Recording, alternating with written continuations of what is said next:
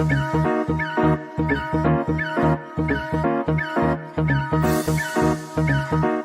ਸ਼੍ਰੀ ਅਕਾਲ ਜੀ, ਮੈਂ ਤੁਹਾਡਾ ਆਪਣਾ ਗੁਰਿੰਦਰ ਸਿੰਘ ਥਿੰਦ ਤੇ ਤੁਹਾਡਾ ਸਾਰਿਆਂ ਦਾ ਬਹੁਤ-ਬਹੁਤ ਸਵਾਗਤ ਹੈ ਸਫਰ ਟੀਵੀ ਦੇ ਪ੍ਰੋਗਰਾਮ ਰੰਗ ਬਰੈਂਪਟਨ ਦੇ ਵਿੱਚ। ਅੱਜ ਦਾ ਪ੍ਰੋਗਰਾਮ ਤੁਹਾਡੇ ਸਾਰਿਆਂ ਲਈ ਤੇ ਸਾਡੇ ਲਈ ਵੀ ਬਹੁਤ ਖਾਸ ਹੈ ਕਿਉਂਕਿ ਅੱਜ ਸਾਡੇ ਪ੍ਰੋਗਰਾਮ ਦੇ ਪਹਿਲੇ ਫੀਮੇਲ ਗੈਸਟ ਆਏ ਨੇ। ਇੱਕ ਫੀਮੇਲ ਆਰਟਿਸਟ ਨੇ ਜਿਨ੍ਹਾਂ ਨੇ ਅਨਮੋਲ ਗਗਨਮਾਨ ਉਹਨਾਂ ਦੇ ਬੈਂਡ 'ਚ 1 ਸਾਲ as a main guitarist role play ਕੀਤਾ ਹੈ ਤੇ ਉਹ ਬੈਂਡ ਦਾ ਇਹ ਪਾਰਟ ਰਹੇ ਨੇ 1 ਸਾਲ ਵਾਸਤੇ। ਜਿਹੜਾ ਕੈਨੇਡਾ ਟੂਰ ਆਇਆ ਸੀ ਉਹਨਾਂ ਦਾ ਕੈਨੇਡਾ ਡੇ ਤੇ ਜਿਨ੍ਹਾਂ ਨੇ ਪਰਫਾਰਮ ਕੀਤਾ ਸੀ ਉਹ ਬੈਂਡ ਦਾ ਵੀ ਪਾਰਟ ਸੀਗੇ ਤੇ ਮੈਂ ਉਹਨਾਂ ਦਾ ਸਵਾਗਤ ਕਰਨ ਜਾ ਰਿਹਾ ਹਾਂ। ਰੂਪਸੀ ਵਰਮਾ ਜੀ, ਤੁਹਾਡਾ ਬਹੁਤ-ਬਹੁਤ ਸਵਾਗਤ ਹੈ ਅੱਜ ਦੇ ਪ੍ਰੋਗਰਾਮ 'ਚ। ਸਤਿ ਸ਼੍ਰੀ ਅਕਾਲ ਜੀ। ਸਤਿ ਸ਼੍ਰੀ ਅਕਾਲ ਗੁਰਿੰਦਰ ਜੀ। ਇਸ ਪ੍ਰੋਗਰਾਮ ਦੇ ਵਿੱਚ ਰੰਗ ਬਰੈਂਪਟਨ ਦੇ ਮੈਨੂੰ ਇਨਵਾਈਟ ਕਰਨ ਲਈ ਤੁਹਾਡਾ ਬਹੁਤ-ਬਹੁਤ ਸ਼ੁਕਰੀਆ। ਹਾਂਜੀ ਰੂਪਸੀ ਜੀ, ਅੱਜ ਤੁਸੀਂ ਸਫਰ ਟੀਵੀ ਤੇ ਆਏ ਹੋ ਤੇ ਆਪਾਂ ਤੁਹਾਡੇ ਸਫ਼ਰ ਬਾਰੇ ਗੱਲਬਾਤ ਕਰਾਂਗੇ। ਠੀਕ ਹੈ ਜੀ। ਤੇ ਇੱਕ ਤਾਂ ਮਤਲਬ ਕਿ ਤੁਸੀਂ ਇਹ ਕਹਿ ਸਕਦੇ ਹੋ ਕਿ ਤੁਸੀਂ, ਜੋ ਮੈਂ ਪਹਿਲਾਂ ਵੀ ਦੱਸ ਚੁੱਕਾ ਕਿ ਤੁਸੀਂ ਪਹਿਲੇ ਫੀਮੇਲ ਗੈਸਟ ਹੋ ਸਾਡੇ ਇਸ ਪ੍ਰੋਗਰਾਮ ਦੇ ਤੇ ਧੰਨਵਾਦ ਤੁਹਾਡਾ ਬਹੁਤ-ਬਹੁਤ ਕਿ ਤੁਸੀਂ ਟਾਈਮ ਕੱਢਿਆ ਤੇ ਤੁਸੀਂ ਇੱਥੇ ਪਹੁੰਚੇ। ਤੇ ਹੁਣ ਆਪਾਂ ਗੱਲਬਾਤ ਕਰਾਂਗੇ ਕਿ ਕੁਝ ਆਪਣੇ ਬਾਰੇ ਦੱਸੋ, ਕਿ ਬਚਪਨ ਬਾਰੇ ਦੱਸੋ ਤੇ ਕਿੱਥੋਂ ਬਿਲੋਂਗ ਕਰਦੇ ਹੋ। ਠੀਕ ਹੈ। ਬੇਸਿਕਲੀ ਮੈਂ ਲੁਧਿਆਣਾ ਤੋਂ ਬਿਲੋਂਗ ਕਰਦੀ ਹਾਂ ਤੇ ਜੇ ਮੈਂ ਆਪਣੇ 뮤직 ਦੇ ਸਫ਼ਰ ਦੀ ਗੱਲ ਕਰਾਂ ਤਾਂ ਬਚਪਨ ਤੋਂ ਹੀ ਮੈਨੂੰ ਸੰਗੀਤ ਦਾ ਸ਼ੌਂਕ ਸੀ ਕਿਉਂਕਿ ਮੇਰੇ ਫਾਦਰ ਜਿਹੜੇ ਉਹਨਾਂ ਨੂੰ ਸੰਗੀਤ ਦੇ ਵਿੱਚ ਕਾਫੀ ਰੁਚੀ ਸੀਗੀ। ਠੀਕ ਹੈ ਜੀ। ਤੇ ਅਸੀਂ ਬਹੁਤ ਛੋਟੇ ਸੀਗੇ, ਮੈਂ ਤੇ ਮੇਰਾ ਬ੍ਰਦਰ। ਹਾਂਜੀ। ਸਾਨੂੰ ਦੋਨਾਂ ਨੂੰ ਉਹ 뮤직 ਦੀ ਕਲਾਸਿਸ ਦੇ ਵਿੱਚ ਜਿਵੇਂ ਉਹਨਾਂ ਨੇ ਭੇਜ ਦੇਣਾ, ਉਹਨਾਂ ਨੂੰ ਨਹੀਂ ਸੀ ਪਤਾ ਕਿ ਇਹਨਾਂ ਨੂੰ ਕੁਝ ਆਉਂਦਾ ਹੈ ਜਾਂ ਆਏਗਾ ਕਿ ਨਹੀਂ ਆਏਗਾ। ਠੀਕ ਹੈ ਜੀ। ਉਹਨਾਂ ਨੂੰ ਸਿਰਫ ਇਹ ਸੀਗਾ ਕਿ ਹਾਂ ਇਹ ਮਤਲਬ ਜੇ ਜਾਣਗੇ ਤਾਂ ਕੁਝ ਨਾ ਕੁਝ ਸਿੱਖ ਲੈਣਗੇ। ਹਾਂਜੀ, ਕੁਝ ਨਾ ਕੁਝ ਸਿੱਖ ਕੇ ਆਣਗੇ ਨਾ। ਮੈਨੂੰ ਜਿਹੜੀ ਮੋਟੀਵੇਸ਼ਨ ਮਿਲੀ ਹੈ ਉਹ ਮੇਰੇ ਬ੍ਰਦਰ ਤੋਂ ਮਿਲੀ ਹੈ। ਠੀਕ ਹੈ ਜੀ। ਉਹ ਜਿਵੇਂ ਉਹਨੂੰ ਕਹਿ ਲਓ ਕਿ ਗੋਡ ਗਿਫਟ ਸੀਗਾ ਬ੍ਰਦਰ ਨੂੰ। ਹਾਂਜੀ। ਤੇ ਉਹ ਹਰ ਤਰ੍ਹਾਂ ਦੇ ਸਾਜ਼ ਪਲੇ ਕਰ ਲੈਂਦਾ ਹੈ ਬਿਨਾਂ ਸਿੱਖੇ। ਤੇ ਪਹਿਲੀ ਵਾਰੀ ਜਦੋਂ ਸਾਨੂੰ ਪਤਾ ਲੱਗਿਆ ਕਿ ਉਹਦੇ ਵਿੱਚ ਇਹ ਆਰਟ ਹੈ, ਅਸੀਂ ਕਿਸੇ ਜਿਵੇਂ ਕਹਿ ਲਓ ਕਿ ਪਾਠ ਤੇ ਗਏ ਸੀਗੇ ਤੇ ਪਾਠ ਜਦੋਂ ਖਤਮ ਹੋਇਆ ਤਾਂ ਉਹਨੇ ਹਾਰਮੋਨੀਅਮ ਦੇਖਿਆ। ਹਾਰਮੋਨੀਅਮ ਦੇ ਉੱਪਰ ਉਹਨੇ ਜਿਹੜੇ ਪਾਠ ਦੀ ਟਿਊਨਸ ਗਾਈਆਂ ਸੀਗੀਆਂ ਜਾਂ ਜਿਹਦੇ ਤੇ ਉਹ ਹੋਇਆ ਸੀ ਤਰਜ਼ਾਂ ਤੇ ਉਹਨੇ ਟਿਊਨਸ ਕੱਢ ਦਿੱਤੀਆਂ। ਖੁਸ਼ ਹੋ ਕੇ ਉਹਨੂੰ ਹਾਰਮੋਨੀਅਮ ਗਿਫਟ ਕੀਤਾ ਤਾਂ ਇਸ ਤਰ੍ਹਾਂ ਸਾਡੇ ਘਰ ਇੱਕ ਹਾਰਮੋਨੀਅਮ ਆਇਆ ਪਹਿਲੀ ਵਾਰੀ। ਮਤਲਬ ਕਿ ਉਹਦੇ 'ਚ ਤੁਸੀਂ ਕਹਿ ਸਕਦੇ ਹੋ ਕਿ ਗੋਡ ਗਿਫਟਡ ਹੀ ਹੈ ਨਾ। God gift. ਤੇ ਉਹ ਛੋਟਾ ਹੈ ਤੁਹਾਡੇ ਤੋਂ ਜਾਂ ਵੱਡੇ ਹੈ? ਉਹ ਮੇਰੇ ਤੋਂ ਛੋਟਾ ਹੈ। ਓਕੇ ਜੀ, ਓਕੇ। ਤੇ ਹੁਣ ਉਹ ਵੀ ਇਦਾਂ 뮤직 'ਚ ਹੀ ਕੰਮ ਕਰ ਰਹੇ ਅੱਗੇ ਜਾਂ? ਉਹ ਬੇਸਿਕਲੀ ਉਹ ਆਪਣਾ ਬਿਜ਼ਨਸ ਸੰਭਾਲਦੇ ਆ ਬਟ 뮤직 ਦੇ ਵਿੱਚ ਉਹਨਾਂ ਦਾ ਜਿਵੇਂ ਮੈਂ ਤੁਹਾਨੂੰ ਦੱਸਿਆ ਕਿ ਗੋਡ ਗਿਫਟ ਹੈ। ਹਾਂਜੀ। ਤੇ ਜਦੋਂ ਉਹਨਾਂ ਦਾ ਕਹਿ ਲਓ ਕਿ ਜਿਵੇਂ ਮਨ ਹੁੰਦਾ ਹੈ ਤਾਂ ਉਹ ਬਹੁਤ ਗਹਿਰਾਈ ਦੇ ਵਿੱਚ ਉਹ ਆਪਣੇ ਆਸ-ਪਾਸ ਲੋਕ ਇਕੱਠੇ ਹੋ ਜਾਂਦੇ ਆ ਜਦੋਂ ਗਾਉਂਦਾ ਹੈ ਵਜਾਉਂਦਾ ਹੈ ਤਾਂ ਸਾਨੂੰ ਵਧੀਆ ਲੱਗਦਾ ਹੈ। ਅਸੀਂ ਵੇਟ ਕਰਦੇ ਹਾਂ ਕਿ ਉਹ ਕਦੋਂ ਗਾਏਗਾ। ਹਾਂਜੀ। ਤੇ ਉਹਨੂੰ ਦੇਖ ਕੇ ਮੇਰੇ ਅੰਦਰ ਇਹ ਚੀਜ਼ ਬਣੀ ਕਿ ਇਹ ਅੱਛਾ ਜਿਵੇਂ ਉਹਨੇ ਤਰਜ਼ ਪਲੇ ਕੀਤੀ ਨਾ ਹਾਰਮੋਨੀਅਮ ਤੇ ਮੈਂ ਸੋਚਿਆ ਵੀ ਇਹ ਤਾਂ ਕੀ ਕਹਿੰਦੇ ਆ, ਅੱਛਾ ਇਹ ਹਾਰਮੋਨੀਅਮ ਏਦਾਂ ਦਾ ਸੈੱਟ ਹੈ ਕਿ ਮੈਂ ਪਲੇ ਕਰਾਂਗੀ ਮੈਨੂੰ ਵੀ ਆ ਜਾਏਗਾ ਗਾਣਾ। ਹਾਂਜੀ ਹਾਂਜੀ। ਮੈਂ ਉਵੇਂ ਜਿਵੇਂ ਉਹਨੇ ਪਲੇ ਕੀਤਾ ਮੈਂ ਵੀ ਸੇਮ ਟਾਈਮ ਤੇ ਹਾਰਮੋਨੀਅਮ ਪਲੇ ਕੀਤਾ, ਮੇਰੇ ਤੋਂ ਕੁਝ ਤਰਜ਼ ਹੀ ਨਹੀਂ ਨਿਕਲੀ। ਠੀਕ ਹੈ ਜੀ। ਉਸ ਦਿਨ ਤੋਂ ਮੇਰੇ ਅੰਦਰ ਇਹ ਚੀਜ਼ ਆ ਗਈ ਕਿ ਮੈਂ ਕੋਈ ਨਾ ਕੋਈ ਇਨਸਟਰੂਮੈਂਟ ਤਾਂ ਲਾਈਫ ਦੇ ਵਿੱਚ ਸਿੱਖਣਾ ਹੀ ਹੈ। ਮੈਂ ਬੜੀ ਕੋਸ਼ਿਸ਼ ਕੀਤੀ ਹਾਰਮੋਨੀਅਮ ਪਲੇ ਕਰਨ ਦੀ। ਮੈਂ ਵੈਸੇ ਨੋਟੇਸ਼ਨਸ ਪਲੇ ਕਰ ਲੈਂਦੀ ਹਾਂ ਹਾਂਜੀ, ਬਟ ਸੁਰ ਦੀ ਸਮਝ ਕਹਿੰਦੇ ਆ ਨਾ ਵੀ ਕਿਸਮਤ ਵਾਲਿਆਂ ਨੂੰ ਮਿਲਦੀ ਹੈ ਤੇ ਮੈਂ ਨਹੀਂ ਹਾਰਮੋਨੀਅਮ ਪਲੇ ਕਰ ਸਕਦੀ ਸੀਗੀ। ਤੇ ਮੈਂ ਫਿਰ ਲੇਟਰ ਔਨ ਮੈਂ ਪਹਿਲਾਂ ਆਪਣੀ ਮਾਸਟਰਸ ਕੰਪਲੀਟ ਕੀਤੀ ਇੰਗਲਿਸ਼ ਦੇ ਵਿੱਚ। ਗ੍ਰੈਜੂਏਸ਼ਨ ਦੇ ਵਿੱਚ ਮੇਰੇ ਕੋਲ 뮤직 ਸੀਗਾ, ਮੈਂ ਸਿਤਾਰ ਪਲੇ ਕੀਤੀ ਉੱਥੇ। ਮੈਂ ਨੋਟੇਸ਼ਨਸ ਬਹੁਤ ਵਧੀਆ ਪਲੇ ਕਰ ਲੈਂਦੀ ਸੀਗੀ। ਫਿਰ ਕਾਲਜ ਟਾਈਮ ਦੇ ਵਿੱਚ, ਸਕੂਲ ਟਾਈਮ ਦੇ ਵਿੱਚ ਡਿਫਰੈਂਟ ਸਿਟੀਜ਼, ਡਿਫਰੈਂਟ ਪ੍ਰੋਵਿੰਸਿਸ ਮਤਲਬ ਇੰਡੀਆ ਦੇ ਵਿੱਚ ਡਿਫਰੈਂਟ ਸਟੇਟਸ ਦੇ ਵਿੱਚ ਮੈਂ ਪਾਰਟਿਸਿਪੇਟ ਕੀਤਾ ਹੈ। ਮੈਂ ਬੰਗਲੌਰ ਦੇ ਵਿੱਚ ਪਰਫਾਰਮ ਕੀਤਾ ਹੈ। ਡਿਫਰੈਂਟ ਲੈਂਗੁਏਜਿਸ ਦੇ ਮੈਂ ਸੌਂਗਸ ਉੱਥੇ ਪਰਫਾਰਮ ਕੀਤੇ ਹੈ। ਉਹ ਐਜ਼ ਅ ਗਿਟਾਰਿਸਟ? ਐਜ਼ ਅ ਤੁਸੀਂ ਕਹਿ ਲਓ ਕਿ ਮੈਂ ਪਹਿਲਾਂ ਉਹਨਾਂ ਨੂੰ ਸਿੱਖਿਆ। ਉਸ ਜਿਵੇਂ ਡਿਫਰੈਂਟ ਲੈਂਗੁਏਜ ਸੀਗੀ, ਪੰਜਾਬੀ ਲੈਂਗੁਏਜ ਸੀ, ਤਮਿਲ ਦੇ ਸੌਂਗ ਸੀਗੇ, ਤੇਲਗੂ ਦੇ ਸੌਂਗ ਸੀਗੇ, ਇੰਟਰਨੈਸ਼ਨਲ ਕੋਇਰ ਯਾਨੀ ਕਿ ਇੰਗਲਿਸ਼ ਸੌਂਗਸ, ਵੈਸਟਰਨ ਸੌਂਗਸ, ਉਹਨਾਂ ਦੇ ਵਿੱਚ ਪਰਫਾਰਮ ਕੀਤਾ, ਪਾਰਟਿਸਿਪੇਟ ਕੀਤਾ। ਤੇ ਸ਼ੁਰੂ ਤੋਂ ਮਤਲਬ ਬਚਪਨ ਤੋਂ ਹੀ, ਸਕੂਲ ਟਾਈਮ ਤੋਂ ਇਹ ਪਾਰਟਿਸਿਪੇਸ਼ਨ ਮੇਰੀ ਰਹਿੰਦੀ ਸੀ। ਜਦ ਮੈਂ ਕਾਲਜ ਦੇ ਵਿੱਚ ਆਈ ਫਿਰ ਯੂਥ ਫੈਸਟੀਵਲ ਦੇ ਵਿੱਚ ਪਾਰਟਿਸਿਪੇਟ ਕਰਨਾ, ਆਲਵੇਜ਼ ਫਸਟ ਪ੍ਰਾਈਜ਼। ਤੇ ਉਦੋਂ ਸਿਰਫ ਗਾਉਂਦੇ ਸੀ ਜਾਂ ਨਾਲ ਕੋਈ ਮਤਲਬ ਕਿ ਸਾਜ਼ ਵੀ ਵਜਾਉਂਦੇ ਸੀ? ਜੋ ਮੈਨੂੰ ਸਿਖਾਇਆ ਜਾਂਦਾ ਸੀਗਾ। ਹਾਂਜੀ। ਜਿਵੇਂ ਲੈਟਸ ਸੇ ਤੁਹਾਨੂੰ ਕੋਈ ਨੋਟੇਸ਼ਨ ਦੇ ਦਿੱਤੀ ਗਈ ਹੈ, ਤੁਹਾਡੇ ਕੋਲ ਇੱਕ ਚੀਜ਼ ਹੈ, ਤੁਹਾਡੇ ਕੋਲ ਇੱਕ ਪੈਟਰਨ ਪਿਆ, ਤੁਸੀਂ ਉਹਨੂੰ ਸਿੱਖਦੇ ਹੋ ਸਮਝਦੇ ਹੋ ਉਹ ਚੀਜ਼ਾਂ ਮੈਂ ਬਹੁਤ ਛੇਤੀ ਸਿੱਖ ਹੈ। ਲੈਂਦੀ ਸੀਗੀ। ਤੇ ਉਹਦੇ ਨਾਲ ਨਾਲ ਮੈਨੂੰ ਇਹ ਚੀਜ਼ ਦਾ ਅਹਿਸਾਸ ਹੋਣ ਲੱਗ ਗਿਆ ਸੀ ਕਿ ਨਹੀਂ ਇੱਕ ਇਦਾਂ ਦਾ ਇਨਸਟਰੂਮੈਂਟ ਹੋਣਾ ਚਾਹੀਦਾ ਕਿ ਜੋ ਤੇਰਾ ਸਾਥੀ ਬਣ ਜਾਏ। ਤੇ ਮੈਂ ਚੁਣਿਆ ਗਿਟਾਰ। ਠੀਕ ਹੈ ਜੀ। ਹੁਣ ਉਹ ਸੀਗਾ ਬਹੁਤ ਡਿਫਿਕਲਟ ਇਨਸਟਰੂਮੈਂਟ। ਮੈਂ ਜਦੋਂ ਇੱਕ 뮤직 ਅਕੈਡਮੀ ਲੁਧਿਆਣਾ ਦੇ ਵਿੱਚ ਹੈ, ਬੇਸਿਕਲੀ ਉਹ ਜਿਨ੍ਹਾਂ ਤੋਂ ਮੈਂ ਸਿੱਖਣਾ ਸ਼ੁਰੂ ਕੀਤਾ ਸੀਗਾ, ਉਹ ਪਾਪਾ ਮੇਰੇ ਨਾ ਉਹਨਾਂ ਦੇ 뮤직 ਕਲਾਸਿਸ 'ਚ ਜਾਂਦੇ ਸੀਗੇ। ਹਾਂਜੀ। ਫਿਰ ਮੈਂ ਉਹਨਾਂ ਦੀ ਬੇਟੀਆਂ ਤੋਂ ਸਿੱਖਣਾ ਸ਼ੁਰੂ ਕੀਤਾ। ਠੀਕ ਹੈ ਜੀ। ਤੇ ਜਦ ਮੈਂ ਪਹਿਲੇ ਦਿਨ ਕਲਾਸ 'ਚ ਗਈ ਤੇ ਗਿਟਾਰ ਲੈ ਕੇ, ਮੈਨੂੰ ਨਹੀਂ ਸੀ ਪਤਾ ਕਿ ਇਹ ਬਹੁਤ ਔਖਾ ਇਨਸਟਰੂਮੈਂਟ ਹੈ। ਗਿਟਾਰ ਪਲੇ ਕਰਨਾ ਇਜ਼ ਵੈਰੀ ਡਿਫਿਕਲਟ। ਤੇ ਮੈਂ ਉਹਨਾਂ ਨੂੰ ਕਿਹਾ ਕਿ ਮੈਨੂੰ ਦੀਦੀ ਤੁਸੀਂ ਤਾਂ ਸਿਰਫ ਇੱਕ ਗਾਣਾ ਸਿਖਾ ਦਿਓ, ਵੀ ਮੈਂ ਇੱਕ ਗਾਣਾ ਸਿੱਖਣਾ ਵੀ ਜਿੱਥੇ ਵੀ ਮੈਂ ਜਾਵਾਂ ਤੇ ਮੈਨੂੰ ਇੱਕ ਚੀਜ਼ ਆਉਂਦੀ ਹੋਵੇ। ਠੀਕ ਹੈ ਜੀ। ਉਹ ਗਾਣਾ ਤੁਸੀਂ ਉਹ ਪਰਫਾਰਮ ਕਰ ਸਕੋ ਨਾ, ਕਿ ਉਹ ਮੈਂ ਗਾਣਾ ਪਰਫਾਰਮ ਕਰ ਸਕਾਂ। ਅੱਛਾ, ਜਦੋਂ ਉਹਨਾਂ ਨੇ ਕਿਹਾ ਕਿ ਗਿਟਾਰ ਇਦਾਂ ਇਹਦੀਆਂ ਸਟ੍ਰਿੰਗਸ ਹੈ, ਇਹਦੇ ਫਰੈਟਸ ਹੈ, ਵੀ ਇਦਾਂ ਤੁਸੀਂ ਇਹਨੂੰ ਪਲੇ ਕਰ ਸਕਦੇ ਹੋ। ਜਦ ਮੈਂ ਪਹਿਲੀ ਵਾਰੀ ਇਹ ਚੀਜ਼ਾਂ ਕੀ ਕਹਿੰਦੇ ਆ, ਜਦੋਂ ਉਂਗਲੀਆਂ ਤੇ ਸਟ੍ਰਿੰਗਸ ਨੂੰ ਮੈਂ ਟੱਚ ਕੀਤਾ ਜਾਂ ਉਹਨੂੰ ਪ੍ਰੈਸ ਕੀਤਾ ਤਾਂ ਬੜਾ ਡਿਫਿਕਲਟ ਸੀਗਾ ਮੇਰੇ ਲਈ। ਠੀਕ ਹੈ ਜੀ। ਹੱਥਾਂ ਤੇ ਉਂਗਲੀਆਂ ਤੇ ਨਿਸ਼ਾਨ ਬਣ ਜਾਂਦੇ ਆ, ਤੁਹਾਡੇ ਛਾਲੇ ਪੈ ਜਾਂਦੇ ਆ। ਪਰ ਮੈਂ ਡੈਡੀਕੇਸ਼ਨ ਕਹਿ ਲਓ ਕਿ ਮੈਂ ਇਹ ਚੀਜ਼ ਨਹੀਂ ਛੱਡੀ ਕਿ ਮੈਂ ਤਾਂ ਕਿਹਾ ਮੈਂ ਤਾਂ ਪਰਫਾਰਮ ਕਰਨਾ ਹੀ ਕਰਨਾ, ਵੀ ਮੈਂ ਤਾਂ ਇਹ ਪਲੇ ਕਰਨਾ ਹੀ ਕਰਨਾ, ਜੋ ਮਰਜ਼ੀ ਹੋ ਜਾਏ। ਦਿਨ ਰਾਤ ਮਾਈਂਡ ਦੇ ਵਿੱਚ ਉਹੀ, ਜੇ ਮੈਂ ਕਿਤੇ ਜਾ ਰਹੀ ਹਾਂ ਜਾਂ ਕੰਮ ਵੀ ਕਰ ਰਹੀ ਹਾਂ ਤਾਂ ਮੇਰੇ ਉਹ ਜਿਹੜੀਆਂ ਕਹਿ ਲਓ ਵੀ ਕੋਰਡਸ ਹੋ ਗਏ ਜੋ ਮੈਨੂੰ ਸਿਖਾਏ ਗਏ ਸੀ, ਮਾਈਂਡ 'ਚ ਬੈਠ ਗਏ। ਠੀਕ ਹੈ। ਤੇ ਮੈਨੂੰ ਪਹਿਲਾ ਗਾਣਾ ਕਿਵੇਂ ਪਲੇ ਕਰਨਾ ਆਇਆ, ਮੈਂ ਅੱਧੀ ਰਾਤੀ ਉੱਠੀ, ਮੈਨੂੰ ਲੱਗ ਰਿਹਾ ਸੀ ਸੁਪਨੇ ਦੇ ਵਿੱਚ, ਮਾਈਂਡ ਦੇ ਵਿੱਚ ਕਿ ਮੈਂ ਨਾ ਗਾਣਾ ਪਲੇ ਕਰ ਲਿਆ। ਮੈਂ ਅੱਧੀ ਰਾਤੀ ਉੱਠੀ, ਮੈਂ ਗਿਟਾਰ ਚੱਕੀ ਤੇ ਉਹ ਗਾਣਾ ਪਲੇ ਹੋ ਗਿਆ। ਮੈਨੂੰ ਬੜਾ ਕੌਨਫੀਡੈਂਸ ਆਇਆ ਕਿ ਜੋ ਮੈਨੂੰ ਸਿਖਾਇਆ ਸੀ ਕਲਾਸ ਦੇ ਵਿੱਚ ਉਹ ਇੱਕ ਹਫਤੇ ਦੇ ਵਿੱਚ ਮੈਂ ਲਰਨ ਕੀਤਾ। ਦਿਸ ਵਾਸ ਦਾ ਬਿਗੇਸਟ ਅਚੀਵਮੈਂਟ ਫॉर ਮੀ ਕਿ ਮੈਂ ਇੱਕ ਇਨਸਟਰੂਮੈਂਟ ਚੂਜ਼ ਕੀਤਾ ਤੇ ਉਹਦੇ ਵਿੱਚ ਮੈਂ। ਸੌਂਗ ਕਿਹੜਾ ਸੀ ਉਹ? ਉਹ ਹਿੰਦੀ ਸੌਂਗ ਸੀਗਾ।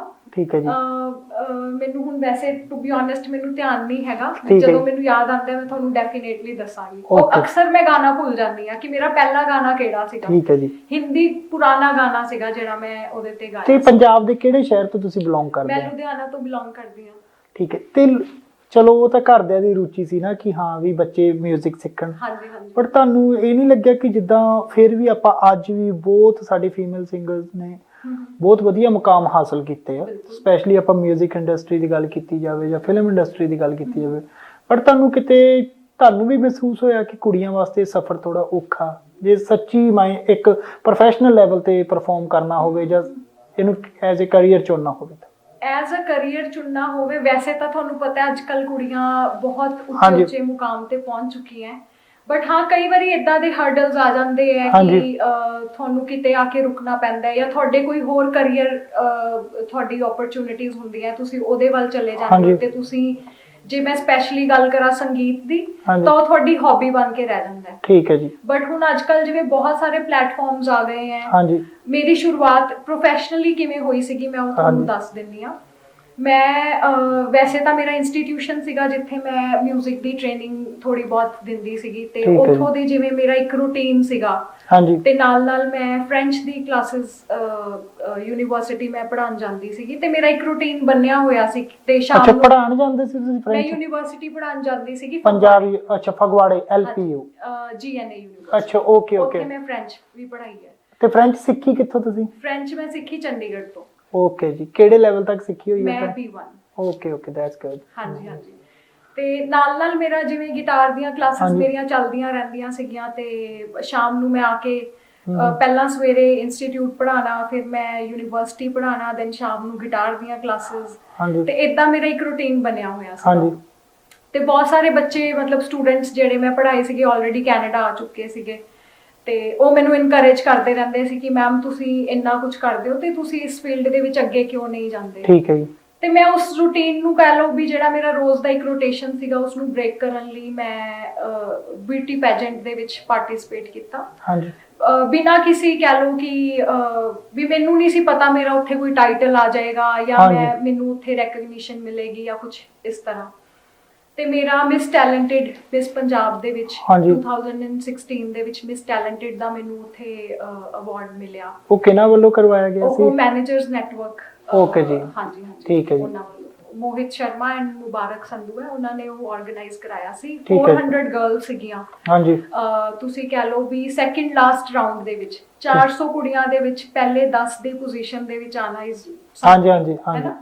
ਤੇ ਮੇਰੇ ਲਈ ਹਰ ਛੋਟੀ ਚੀਜ਼, ਜੇ ਮੈਨੂੰ ਕੋਈ ਛੋਟੀ ਚੀਜ਼ ਲਈ ਵੀ ਐਪਰੀਸੀਏਸ਼ਨ ਮਿਲੀ, ਉਹ ਮੇਰੇ ਲਈ ਬਹੁਤ ਮਾਇਨੇ ਰੱਖਦੀ। ਠੀਕ ਹੈ ਤੇ ਜੀ। ਇਹ ਤਾਂ ਮੇਰੇ ਲਈ ਬਹੁਤ ਵੱਡੀ ਹਾਂਜੀ, ਹਾਂਜੀ। ਅਚੀਵਮੈਂਟ ਸੀ ਕਿ ਇੱਕ ਬਹੁਤ ਵੱਡੀ ਸਟੇਜ ਦੇ ਉੱਪਰ ਹਾਂਜੀ ਗਰੂਮਿੰਗ ਹੋਈ ਮੇਰੀ ਉੱਥੇ। ਮੈਂ ਉੱਥੇ ਆਈ ਵਾਸ ਕਾਈਂਡ ਆਫ ਇੰਟਰੋਵਰਟ। ਮੈਂ ਹਾਂਜੀ। ਜ਼ਿਆਦਾ ਖੁੱਲ ਕੇ ਹਾਂਜੀ ਨਹੀਂ ਸੀ, ਮਤਲਬ ਕਦੀ ਮਤਲਬ ਜਿੰਨਾ ਪਰਫਾਰਮ ਕੀਤਾ ਉਹਨਾਂ ਠੀਕ ਠੀਕ ਹੈ ਜੀ। ਖੁੱਲ ਕੇ ਕਦੀ ਨਹੀਂ ਸੀ ਮੈਂ ਕੋਈ ਚੀਜ਼ ਕੀਤੀ। ਮਤਲਬ ਕਿ ਸ਼ੌਂਕ ਨੂੰ ਕਰਦੇ ਸੀ ਇੱਕ ਤਰ੍ਹਾਂ ਦਾ, ਜ਼ਿਆਦਾ ਪ੍ਰੋਫੈਸ਼ਨਲ ਲੈਵਲ ਤੇ ਜਾਂ ਇਦਾਂ ਕੰਪੀਟੀਸ਼ਨਸ ਵਗੈਰਾ 'ਚ ਕਰ ਨਹੀਂ ਲਿਆ। ਗਏ ਸੀ। ਹਾਂਜੀ ਜਿਵੇਂ ਕੰਪੀਟੀਸ਼ਨ ਕਰ ਲਿਆ, ਹਾਂਜੀ। ਉੱਥੋਂ ਤੁਹਾਡੀ ਕੀ ਕਹਿੰਦੇ ਆ, ਤੁਸੀਂ ਜੋ ਸਿੱਖਿਆ ਉਹਨੂੰ ਪਰਫਾਰਮ ਕੀਤਾ ਪੂਰੀ ਡੈਡੀਕੇਸ਼ਨ ਦੇ ਨਾਲ, ਪੈਸ਼ਨ ਦੇ ਨਾਲ, ਤੁਹਾਨੂੰ ਉੱਥੋਂ ਐਪਰੀਸੀਏਸ਼ਨ ਮਿਲੀ, ਅਵਾਰਡ ਮਿਲੇ, ਫਸਟ ਪ੍ਰਾਈਜ਼ਸ ਆਉਂਦੇ ਸੀਗੇ ਸਾਡੇ। ਜੇ ਮੈਂ ਯੂਥ ਫੈਸਟੀਵਲ ਦੀ ਗੱਲ ਕਰਾਂ, ਉਹ ਮੈਂ ਬਹੁਤ ਵਧੀਆ ਤਰੀਕੇ ਨਾਲ ਕਰ ਲੈਂਦੀ ਸੀ। ਸਟੇਜ ਫੀਅਰ ਨਹੀਂ ਸੀਗਾ ਕਦੀ ਵੀ। ਠੀਕ ਹੈ।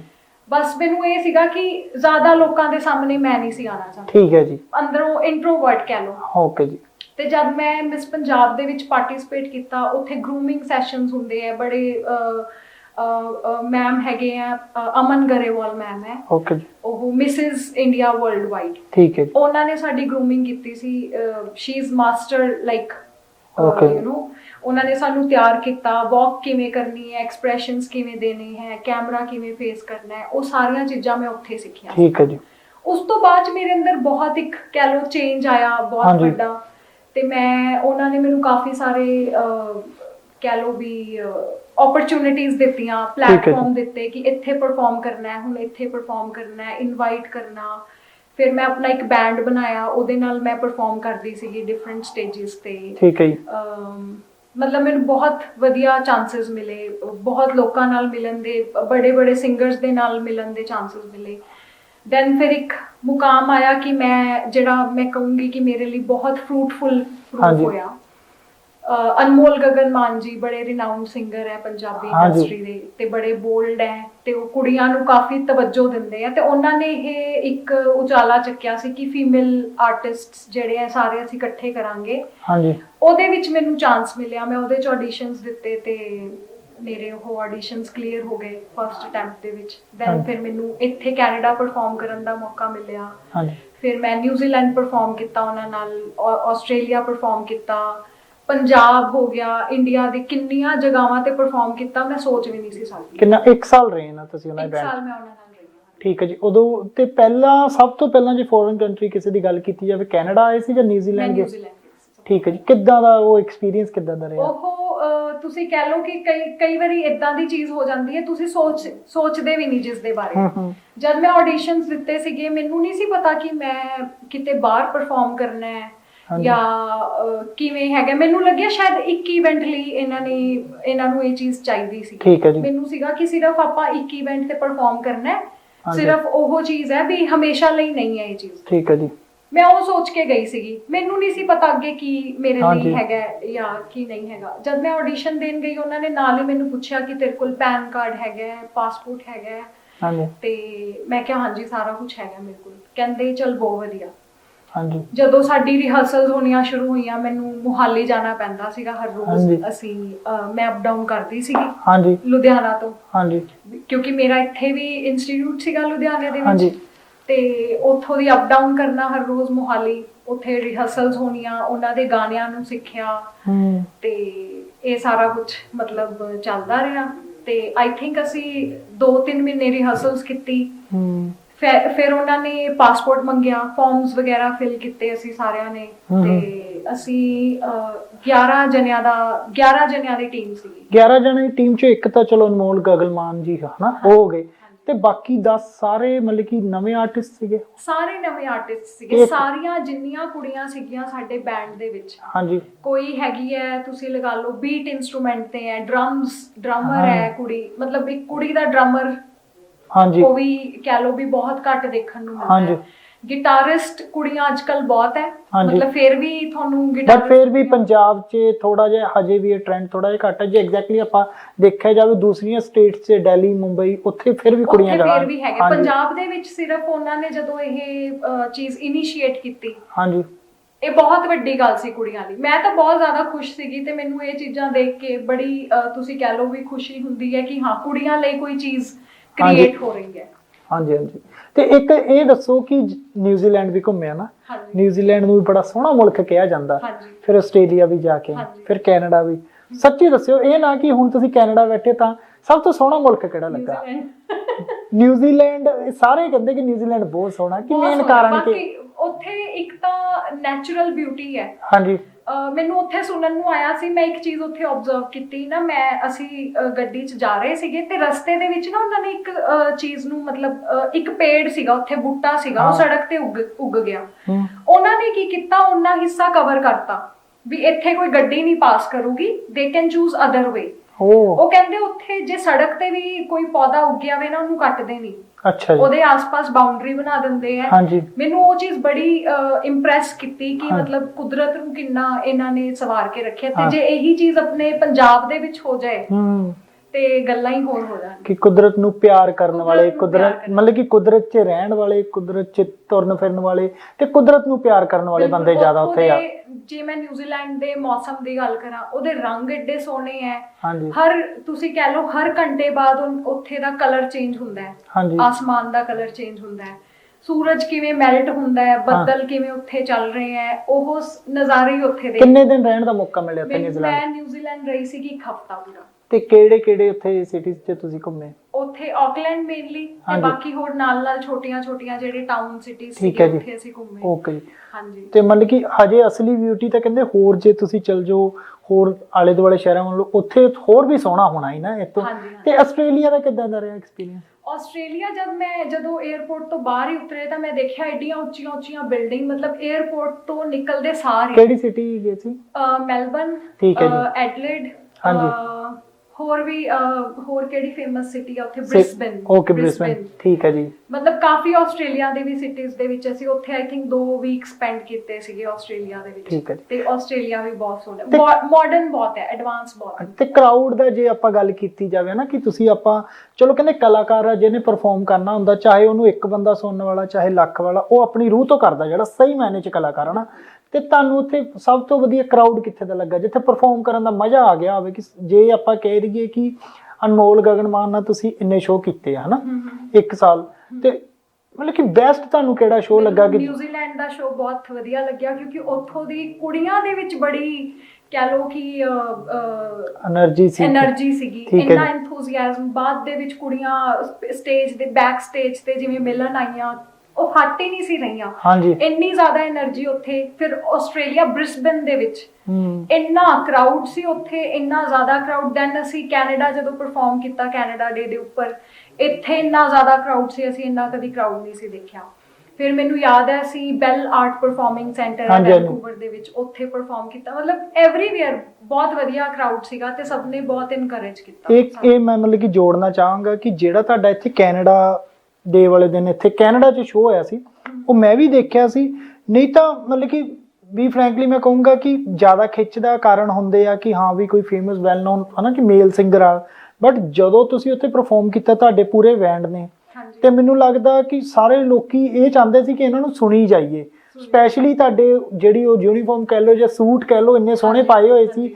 ਇੱਕ ਸਾਰਿਆਂ ਦਾ ਜੋ 'ਚ ਕੋਲੈਬੋਰੇਸ਼ਨ ਜੋ ਬਲੈਂਡ ਕਰਕੇ ਚੀਜ਼ਾਂ ਨਿਕਲ ਕੇ ਆਈ ਸੀ ਨਾ, ਤੇ ਉਹ ਮੈਂ ਖੁਦ ਉਹ ਸ਼ੋਅ ਦੇਖਿਆ ਸੀ, ਉਹ ਤਾਂ ਕਿਆ ਹੀ ਬਾਤ ਸੀ। ਮਤਲਬ ਕਿ ਉਹਦੇ 'ਚ ਸਪੈਸ਼ਲੀ ਡਿਜ਼ਾਈਨ ਕਰਵਾਏ ਗਏ ਸੀਗੇ, ਸਾਡੇ ਲੁਧਿਆਣਾ ਦੇ ਹੀ ਦੀਦੀ ਹੈ, ਤੇ ਉਹ ਮੂਵੀਜ਼ ਦੇ ਵਿੱਚ ਬੇਸਿਕਲੀ ਸਾਰੇ ਜਿਹੜੀ ਆਪਣੀਆਂ ਐਕਟਰੈਸ ਹੈ ਨਾ ਬਾਲੀਵੁੱਡ ਦੀਆਂ, ਉਹਨਾਂ ਦੇ ਸਾਰੇ ਡਿਜ਼ਾਈਨ ਕਰਦੇ। ਦੀਪ ਮਠਾਰੂ, ਉਹਨਾਂ ਤੋਂ ਡਿਜ਼ਾਈਨ ਕੀਤੇ ਹੋਏ ਉਹ ਸੂਟ ਸੀਗੇ। ਠੀਕ ਹੈ ਜੀ।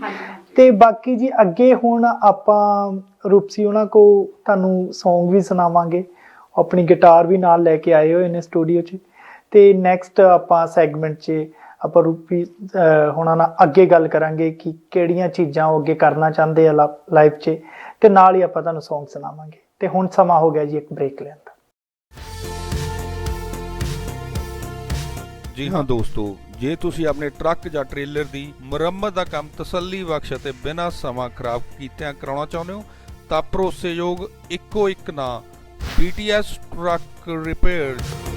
ਇੱਥੋਂ ਤੁਸੀਂ tractor, trailer, refer, engine transmission ਅਤੇ ਸਸਪੈਂਸ਼ਨ ਦਾ ਰਿਪੇਅਰ ਦਾ ਕੰਮ ਸਰਟੀਫਾਈਡ ਟੈਕਨੀਸ਼ੀਅਨਸ ਵੱਲੋਂ ਕਰਵਾ ਸਕਦੇ ਹੋ। ਜੀ ਹਾਂ, BTS truck repair 39115 Maple Avenue Wayne Michigan ਵਿਖੇ ਵਾਕਿਆ ਹੈ।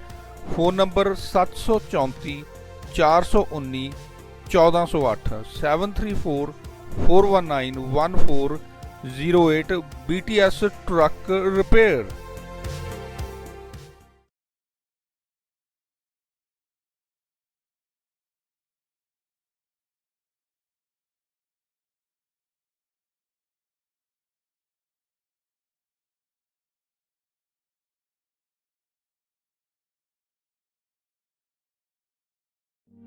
ਕੀ ਗੱਲ ਮੁੰਡਿਆ, ਬੜਾ ਉਦਾਸ ਜਿਹਾ ਬੈਠਾ ਹੈ? ਕੀ ਦੱਸਾਂ, ਮੇਰਾ ਤਾਂ ਅੱਜ ਫੇਰ ਲੋਡ ਕੈਨਸਲ ਹੋ ਗਿਆ। ਬਸ ਇੰਨੀ ਕੁ ਗੱਲ, ਹੁਣੇ BTS ਕੈਰੀਅਰ ਇੰਕ ਉੱਤੇ ਚੱਲ। ਉਹਨਾਂ ਨੂੰ ਜ਼ਰੂਰਤ ਹੈ ਓਨਰ, ਆਪਰੇਟਰਸ ਅਤੇ truck drivers the. Come on by here and see us at BTS. We're always hiring professional drivers. We offer great pay, a dedicated team of dispatchers, and all new equipment. ਜੀ ਹਾਂ, ਤੁਸੀਂ ਚੰਗੀ mileage ਦੇ ਨਾਲ ਬਹੁਤ ਵਧੀਆ dollar ਕਮਾ ਸਕਦੇ ਹੋ। ਤੁਸੀਂ ਕਾਲ ਕਰਨੀ ਆ ਰਸਟੀ ਸੇਖੋ ਉਹਨਾਂ ਨੂੰ 734 737 0441 ਉੱਤੇ। ਜੀ ਹਾਂ, 734 737 0441 ਉੱਤੇ ਤੁਸੀਂ ਰਸਟੀ ਸੇਖੋ ਉਹਨਾਂ ਦੇ ਨਾਲ ਰਾਬਤਾ ਕਰ ਸਕਦੇ ਹੋ ਜਾਂ ਵਿਜ਼ਿਟ ਕਰੋ btscareers.com। ਤੇ ਬ੍ਰੇਕ ਤੋਂ ਬਾਅਦ ਇੱਕ ਵਾਰ ਤੁਹਾਡਾ ਫੇਰ ਤੋਂ ਬਹੁਤ-ਬਹੁਤ ਸਵਾਗਤ ਹੈ। ਤੇ ਹੁਣ ਜਿੱਦਾਂ ਪਹਿਲਾਂ ਆਪਾਂ ਦੱਸ ਕੇ ਗਏ ਹਾਂ ਕਿ ਰੂਪਸੀ ਉਹਨਾਂ ਕੋ ਆਪਾਂ ਹੁਣ ਸੌਂਗ ਵੀ ਸੁਣਾਂਗੇ। ਰੂਪਸੀ, ਜਿਹੜਾ ਤੁਹਾਡੇ ਦਿਲ ਦੇ ਕਰੀਬ ਕੋਈ ਇਹੋ ਜਿਹਾ ਗਾਣਾ ਹੋ ਜੇ ਸਾਡੇ ਦਰਸ਼ਕਾਂ ਨੂੰ। ਦਿਲ ਦੇ ਕਰੀਬ ਵੈਸੇ ਮੈਂ ਹਿੰਦੀ ਗਾਣੇ ਜ਼ਿਆਦਾ ਲਾਈਕ ਕਰਦੀ ਹਾਂ। ਹਾਂਜੀ, ਪਰ ਮੈਂ ਤੁਹਾਨੂੰ ਅੱਜ ਉਹ Song ਸੁਣਾਉਂਗੀ, ਫਿਰ ਮੈਂ ਉਹਦੇ ਨਾਲ ਇੱਕ ਕਿੱਸਾ ਜੁੜਿਆ ਹੋਇਆ ਉਹ ਸੁਣਾਉਂਗੀ ਜੋ ਮੈਨੂੰ ਯਾਦ ਹੈ। ਠੀਕ ਹੈ। ਮੈਂ ਅੱਜ ਤੁਹਾਨੂੰ ਇੱਕ ਜਿਹੜੇ ਆਪਣੇ ਪੰਜਾਬੀ ਲੋਕ ਗੀਤ ਹੁੰਦੇ ਆ ਨਾ, ਹਾਂਜੀ, ਉਹਦੇ ਮੈਂ ਇੱਕ ਛੋਟਾ ਜਿਹਾ ਤੁਹਾਨੂੰ ਮਤਲਬ Song ਦਾ ਛੋਟਾ ਜਿਹਾ ਹਿੱਸਾ ਸੁਣਾਉਂਗੀ। ਠੀਕ ਹੈ, ਜਿਹਦੇ ਤੇ ਮੈਂ ਪਰਫਾਰਮ ਕੀਤਾ ਸੀ। ਠੀਕ ਹੈ, ਸ਼ੋਰ ਮੈਂ ਜੀ, ਇਹਦੇ ਬਾਰੇ ਇੱਕ ਗੱਲ ਦੱਸਾਂ। ਠੀਕ ਹੈ ਜੀ।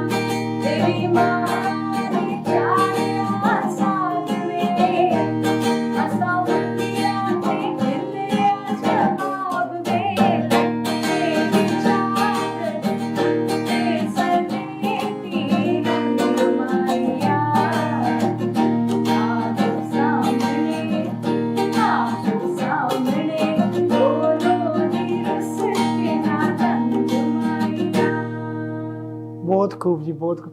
ਇਹਦਾ ਮਤਲਬ ਕਿ ਫਿਰ ਉੱਥੇ ਵੀ ਮਹਿਫਿਲ ਲਾਤੀ ਸੀ ਨਾ ਪੂਰੀ? ਉੱਥੇ ਮਹਿਫਿਲ ਲਾਤੀ ਸੀ, ਉੱਥੇ ਨਜ਼ਾਰਾ ਹੀ ਵੱਖਰਾ ਸੀ। ਇਹ Song ਪਰਫਾਰਮ ਕੀਤਾ ਸੀਗਾ ਮਿਸ ਪੰਜਾਬ ਦੇ ਜਦੋਂ ਟੈਲੈਂਟ ਰਾਉਂਡ ਸੀਗਾ। ਹਾਂਜੀ। ਤੇ ਹੁਣ ਮੈਨੂੰ ਕੁਐਸਚਨ ਕੀਤਾ ਗਿਆ ਜਦ ਮੈਂ ਇਹ ਗਾਣਾ ਪਰਫਾਰਮ ਕੀਤਾ ਨਾ, ਲੋਕ ਗੀਤ ਪਰਫਾਰਮ ਕੀਤਾ ਜਦੋਂ ਮੈਂ ਉੱਥੇ ਟੈਲੈਂਟ ਰਾਉਂਡ ਦੇ ਵਿੱਚ। ਠੀਕ ਹੈ ਜੀ। ਅੱਛਾ, ਮੈਂ ਇਕੱਲੀ ਕੁੜੀ ਸੀਗੀ ਉੱਥੇ ਜਿਹਨੇ ਇੱਕ ਸਾਜ਼ ਪਲੇ ਕੀਤਾ ਸੀ ਤੇ ਗਾਣਾ ਗਾਇਆ ਸੀ। ਬਾਕੀ ਸਾਰੀ ਕੁੜੀਆਂ ਨੇ ਗਿੱਧਾ, ਭੰਗੜਾ, ਡਾਂਸ ਜਾਂ ਇਦਾਂ ਦੀਆਂ ਉਹਨਾਂ ਦੇ ਟੈਲੈਂਟ ਸ਼ੋ ਕੀਤੇ ਸੀਗੇ।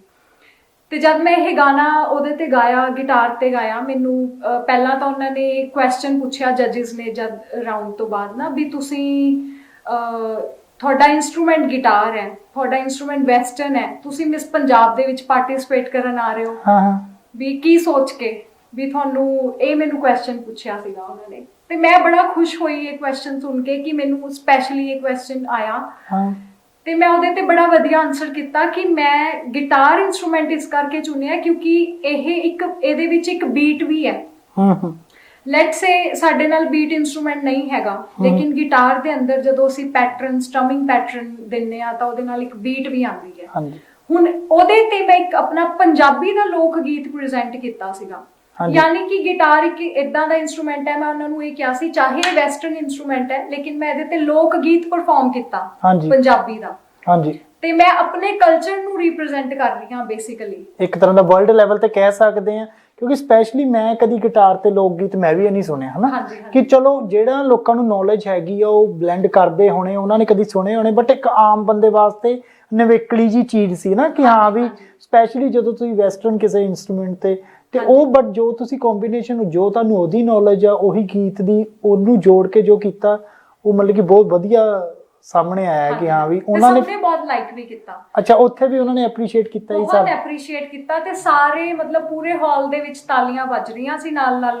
ਹਾਂਜੀ। ਇੱਕ ਮੈਨੂੰ ਬੀਟ ਮਿਲ ਰਹੀ ਸੀ, ਰਿਦਮ ਮਿਲ ਰਹੀ ਸੀ, ਜਿੱਥੋਂ ਤੁਹਾਨੂੰ ਪਤਾ ਲੱਗਦਾ ਹੈ ਕਿ ਜੋ ਤੁਸੀਂ ਕਰ ਰਹੇ ਹੋ ਉਹ ਲੋਕ ਪਸੰਦ ਕਰਦੇ ਮਤਲਬ ਕਿ ਜੋਸ਼ ਨਾਲ ਦੀ ਨਾਲ ਹੋਰ ਜੋਸ਼ ਆ ਰਿਹਾ ਸੀ ਹਾਂਜੀ, ਗਾਉਂਦੇ ਹਾਂਜੀ। ਗਾਉਂਦੇ। ਤੇ ਮੈਂ ਜਿਵੇਂ ਪੰਜਾਬ ਤੋਂ ਬਿਲੋਂਗ ਕਰਦੀ ਆ, ਮੇਰੇ ਹੁਣ ਕਈ ਕੁੜੀਆਂ ਮਤਲਬ ਕਹਿ ਲਓ ਵੀ ਪੰਜਾਬ ਤੋਂ ਬਾਹਰ ਦਿੱਲੀ 'ਚ ਹੋ ਗਿਆ ਜਾਂ ਚੰਡੀਗੜ੍ਹ ਦੇ ਵਿੱਚ ਹੋ ਗਿਆ, ਉਹ ਜ਼ਿਆਦਾ ਹਿੰਦੀ ਜਾਂ ਵੈਸਟਰਨ ਪ੍ਰੈਜ਼ੈਂਟ ਕਰਦੇ ਆ ਨਾ, ਤੇ ਮੈਨੂੰ ਉਸ ਚੀਜ਼ ਤੋਂ ਬਾਅਦ ਮੈਨੂੰ ਇਹ ਚੀਜ਼ ਦਾ ਅਹਿਸਾਸ ਹੋਇਆ ਕਿ ਪੰਜਾਬੀ ਕਲਚਰ ਨੂੰ ਅਸੀਂ ਆਪਣੇ ਇੰਸਟਰੂਮੈਂਟ ਦੇ ਥਰੂ ਹਾਂਜੀ, ਇਸ ਤਰ੍ਹਾਂ ਪ੍ਰੈਜ਼ੈਂਟ ਕਰ ਸਕਦੇ ਆ। ਤੇ ਉਹ ਬਹੁਤ ਵਧੀਆ ਇਹਦਾ ਐਗਜ਼ਾਮਪਲ ਸੈੱਟ ਕੀਤਾ ਨੇਹਾ ਭਸੀਨ, ਤੁਹਾਨੂੰ ਪਤਾ ਹੈ ਜਿਹੜੇ ਬਾਲੀਵੁੱਡ ਦੇ ਸਿੰਗਰ ਹੈ, ਠੀਕ ਹੈ। ਉਹਨਾਂ ਨੇ ਜਿੰਨੇ ਵੀ ਸੌਂਗਸ ਕੀਤੇ ਹੈ ਹਾਂਜੀ। ਉਹ ਲੋਕ ਗੀਤ ਹੈ, ਜਿਵੇਂ ਚਿੱਟਾ ਕੁੱਕੜ ਬਨੇਰੇ ਤੇ ਠੀਕ ਹੈ ਕਾਸ਼ਮੀ ਦੁਪੱਟੇ ਵਾਲੀ, ਉਹ ਹੋ ਗਿਆ, ਆਹ ਲੱਠੇ ਦੀ ਚਾਦਰ ਹੋ ਠੀਕ ਹੈ ਜੀ, ਗਿਆ, ਹਾਂਜੀ। ਬਹੁਤ ਸਾਰੇ ਇਦਾਂ ਦੇ ਗੀਤ ਹੈ ਜੋ ਉਹਨਾਂ ਨੇ ਵੈਸਟਰਨ ਉਹਦੇ ਨਾਲ ਗਾਏ ਹੈ। ਓਕੇ ਜੀ, ਕਿ ਉਹ ਇੱਕ ਉਹਨੂੰ ਨਵਾਂ ਇੱਕ ਡਿਫਰੈਂਟ ਰੰਗ ਦਿੱਤਾ। ਇੱਕ ਤਰ੍ਹਾਂ ਆਪਾਂ ਇਹ ਵੀ ਕਹਿ ਸਕਦੇ ਕਿ ਇੱਕ ਐਕਸਪੈਰੀਮੈਂਟ ਵੀ ਕੀਤਾ, ਪਰ ਬਾਕੀਆਂ ਵਾਸਤੇ ਨਵਾਂ ਸੀ, ਪਰ ਉਹ ਐਕਸਪੈਰੀਮੈਂਟ ਕਾਮਯਾਬ ਰਿਹਾ ਨਾ। ਬਿਲਕੁਲ। ਹਾਂਜੀ, ਤੇ ਇੱਕ ਕੋਈ ਅਨਮੋਲ ਗਗਨ ਮਾਨ ਹੋਣਾ ਦਾ ਜਿਹੜਾ ਤੁਸੀਂ ਸ਼ੋਅ 'ਚ ਸਾਰੇ ਜਾਣੇ ਗਾਉਂਦੇ ਰਹੇ, ਹੁਣ ਕੋਈ ਇਦਾਂ ਦਾ ਕੋਈ ਸੌਂਗ? ਇੱਕ ਤੁਹਾਨੂੰ ਪਤਾ ਹੋਏਗਾ ਇੱਕ ਵੀਡੀਓ ਬੜੀ ਵਾਇਰਲ ਹੋਈ ਸੀਗੀ, ਸਿੱਧੇ ਸਾਦੇ ਪੇਂਡੂ ਜੱਟ ਨੇ ਪੂਰੇ ਪਿੰਡ ਵਿੱਚ ਅੱਤ ਕਰਵਾਤੀ। ਹਾਂਜੀ, ਮੈਂ ਤੁਹਾਨੂੰ ਉਹ Song ਸੁਣਾਉਣਾ ਚਾਹੂੰਗੀ, ਬਟ ਮੈਨੂੰ ਉਹਦੇ ਲਿਰਿਕਸ ਨਹੀਂ ਕੋਈ ਗੱਲ ਨਹੀਂ ਜੀ, ਕੋਈ ਗੱਲ ਨਹੀਂ। ਹਾਂਜੀ, ਤੇ ਮੈਂ ਤੁਹਾਨੂੰ ਉਹ ਵਾਲਾ Song ਸੁਣਾਨੀ ਆ ਸਭ ਦੇ ਲਈ ਉਹ Song। ਠੀਕ ਹੈ ਜੀ, ਜ਼ਰੂਰ ਜੀ, ਤੇ ਜ਼ਰੂਰ। ਇਹ Song ਜਦੋਂ ਬਣਿਆ ਸੀਗਾ ਬਹੁਤ ਸੋਹਣਾ ਬਣ ਕੇ ਆਇਆ ਸੀ, ਇਹ ਹਜੇ ਉਸ ਵਕਤ ਰਿਲੀਜ਼ ਨਹੀਂ ਸੀ ਕੀਤਾ, ਤੇ ਅਸੀਂ ਸਾਰਿਆਂ ਨੇ ਇਕੱਠੇ ਬਹਿ ਕੇ ਇਹਨੂੰ ਬਹੁਤ ਵਾਰੀ ਹਾਂਜੀ। ਰਿਹਰਸ ਕੀਤਾ, ਤੇ ਇਹਦਾ ਅਲੱਗ ਹੀ ਇਹ Song ਦਾ ਅਲੱਗ ਹੀ ਐਸੈਂਸ ਸੀਗਾ। ਹਾਂਜੀ, ਵੀ ਜਿਵੇਂ ਆਪਾਂ ਕੈਨੇਡਾ ਇੱਥੇ ਆਉਂਦੇ ਆ, ਹਾਂਜੀ। ਇੱਥੇ ਆ ਕੇ ਅਸੀਂ ਬਥੇਰਾ ਕੁਝ ਕਰਦੇ ਆ, ਤੇ ਸਾਨੂੰ ਜਦੋਂ ਅਸੀਂ ਪਿਛਲੇ ਆਪਣੀਆਂ ਰੂਟਸ ਹੁੰਦੀਆਂ, ਲੈਟਸ ਸੇ ਅਸੀਂ ਜਿੱਥੋਂ ਉੱਠ ਕੇ ਆਏ ਆ, ਹਾਂਜੀ, ਉੱਥੇ ਕਈ ਵਾਰੀ ਕੀ ਹੁੰਦਾ ਹੈ ਕਿ ਉੱਥੋਂ ਦੀ ਅਸੀਂ ਇੱਥੇ ਤਰੱਕੀ ਲਈ ਆਉਂਦੇ ਆ, ਹਾਂਜੀ, ਤੇ ਸਹੀ। ਪਿੱਛੇ ਜਿਹੜੇ ਲੋਕ ਹੁੰਦੇ ਆ ਹੋ ਸਕਦਾ ਵੀ ਉਹ ਕਈ ਮਜ਼ਾਕ ਉਡਾਉਂਦੇ ਆ, ਤੇ ਬਾਅਦ ਚ ਜਦੋਂ ਇਸ ਗਾਣੇ ਦੇ ਥਰੂ ਇਹ ਰਿਪਰੈਜ਼ੈਂਟ ਕੀਤਾ ਗਿਆ ਹੈ ਕਿ ਸਿੱਧਾ ਸਾਦਾ ਪੇਂਡੂ ਜੱਟ ਸੀਗਾ, ਹਾਂਜੀ। ਤੇ ਜਦੋਂ ਵਾਪਸ ਕੈਨੇਡਾ ਤੋਂ ਆਇਆ ਤਾਂ ਉਹ ਬੜਾ ਕੁਝ ਹਾਸਲ ਕਰ ਚੁੱਕਾ ਸੀ, ਜਿਹੜੇ ਲੋਕਾਂ ਨੇ ਉਹਦਾ ਮਜ਼ਾਕ ਉਡਾਇਆ ਸੀ। ਕਹਿੰਦਾ ਸੀ ਕਿ ਇੱਕ ਤਰੱਕੀ ਕਰਕੇ, ਮਿਹਨਤ ਕਰਕੇ ਜਦੋਂ ਵਾਪਸ ਗਿਆ, ਉਸ ਸਮੇਂ ਨੂੰ ਤੁਸੀਂ ਬਿਆਨ ਕਰਨ ਜਾ ਰਹੇ ਹੋ ਹਨਾ, ਇਸ ਸੌਂਗ ਥਰੂ। ਹਾਂਜੀ,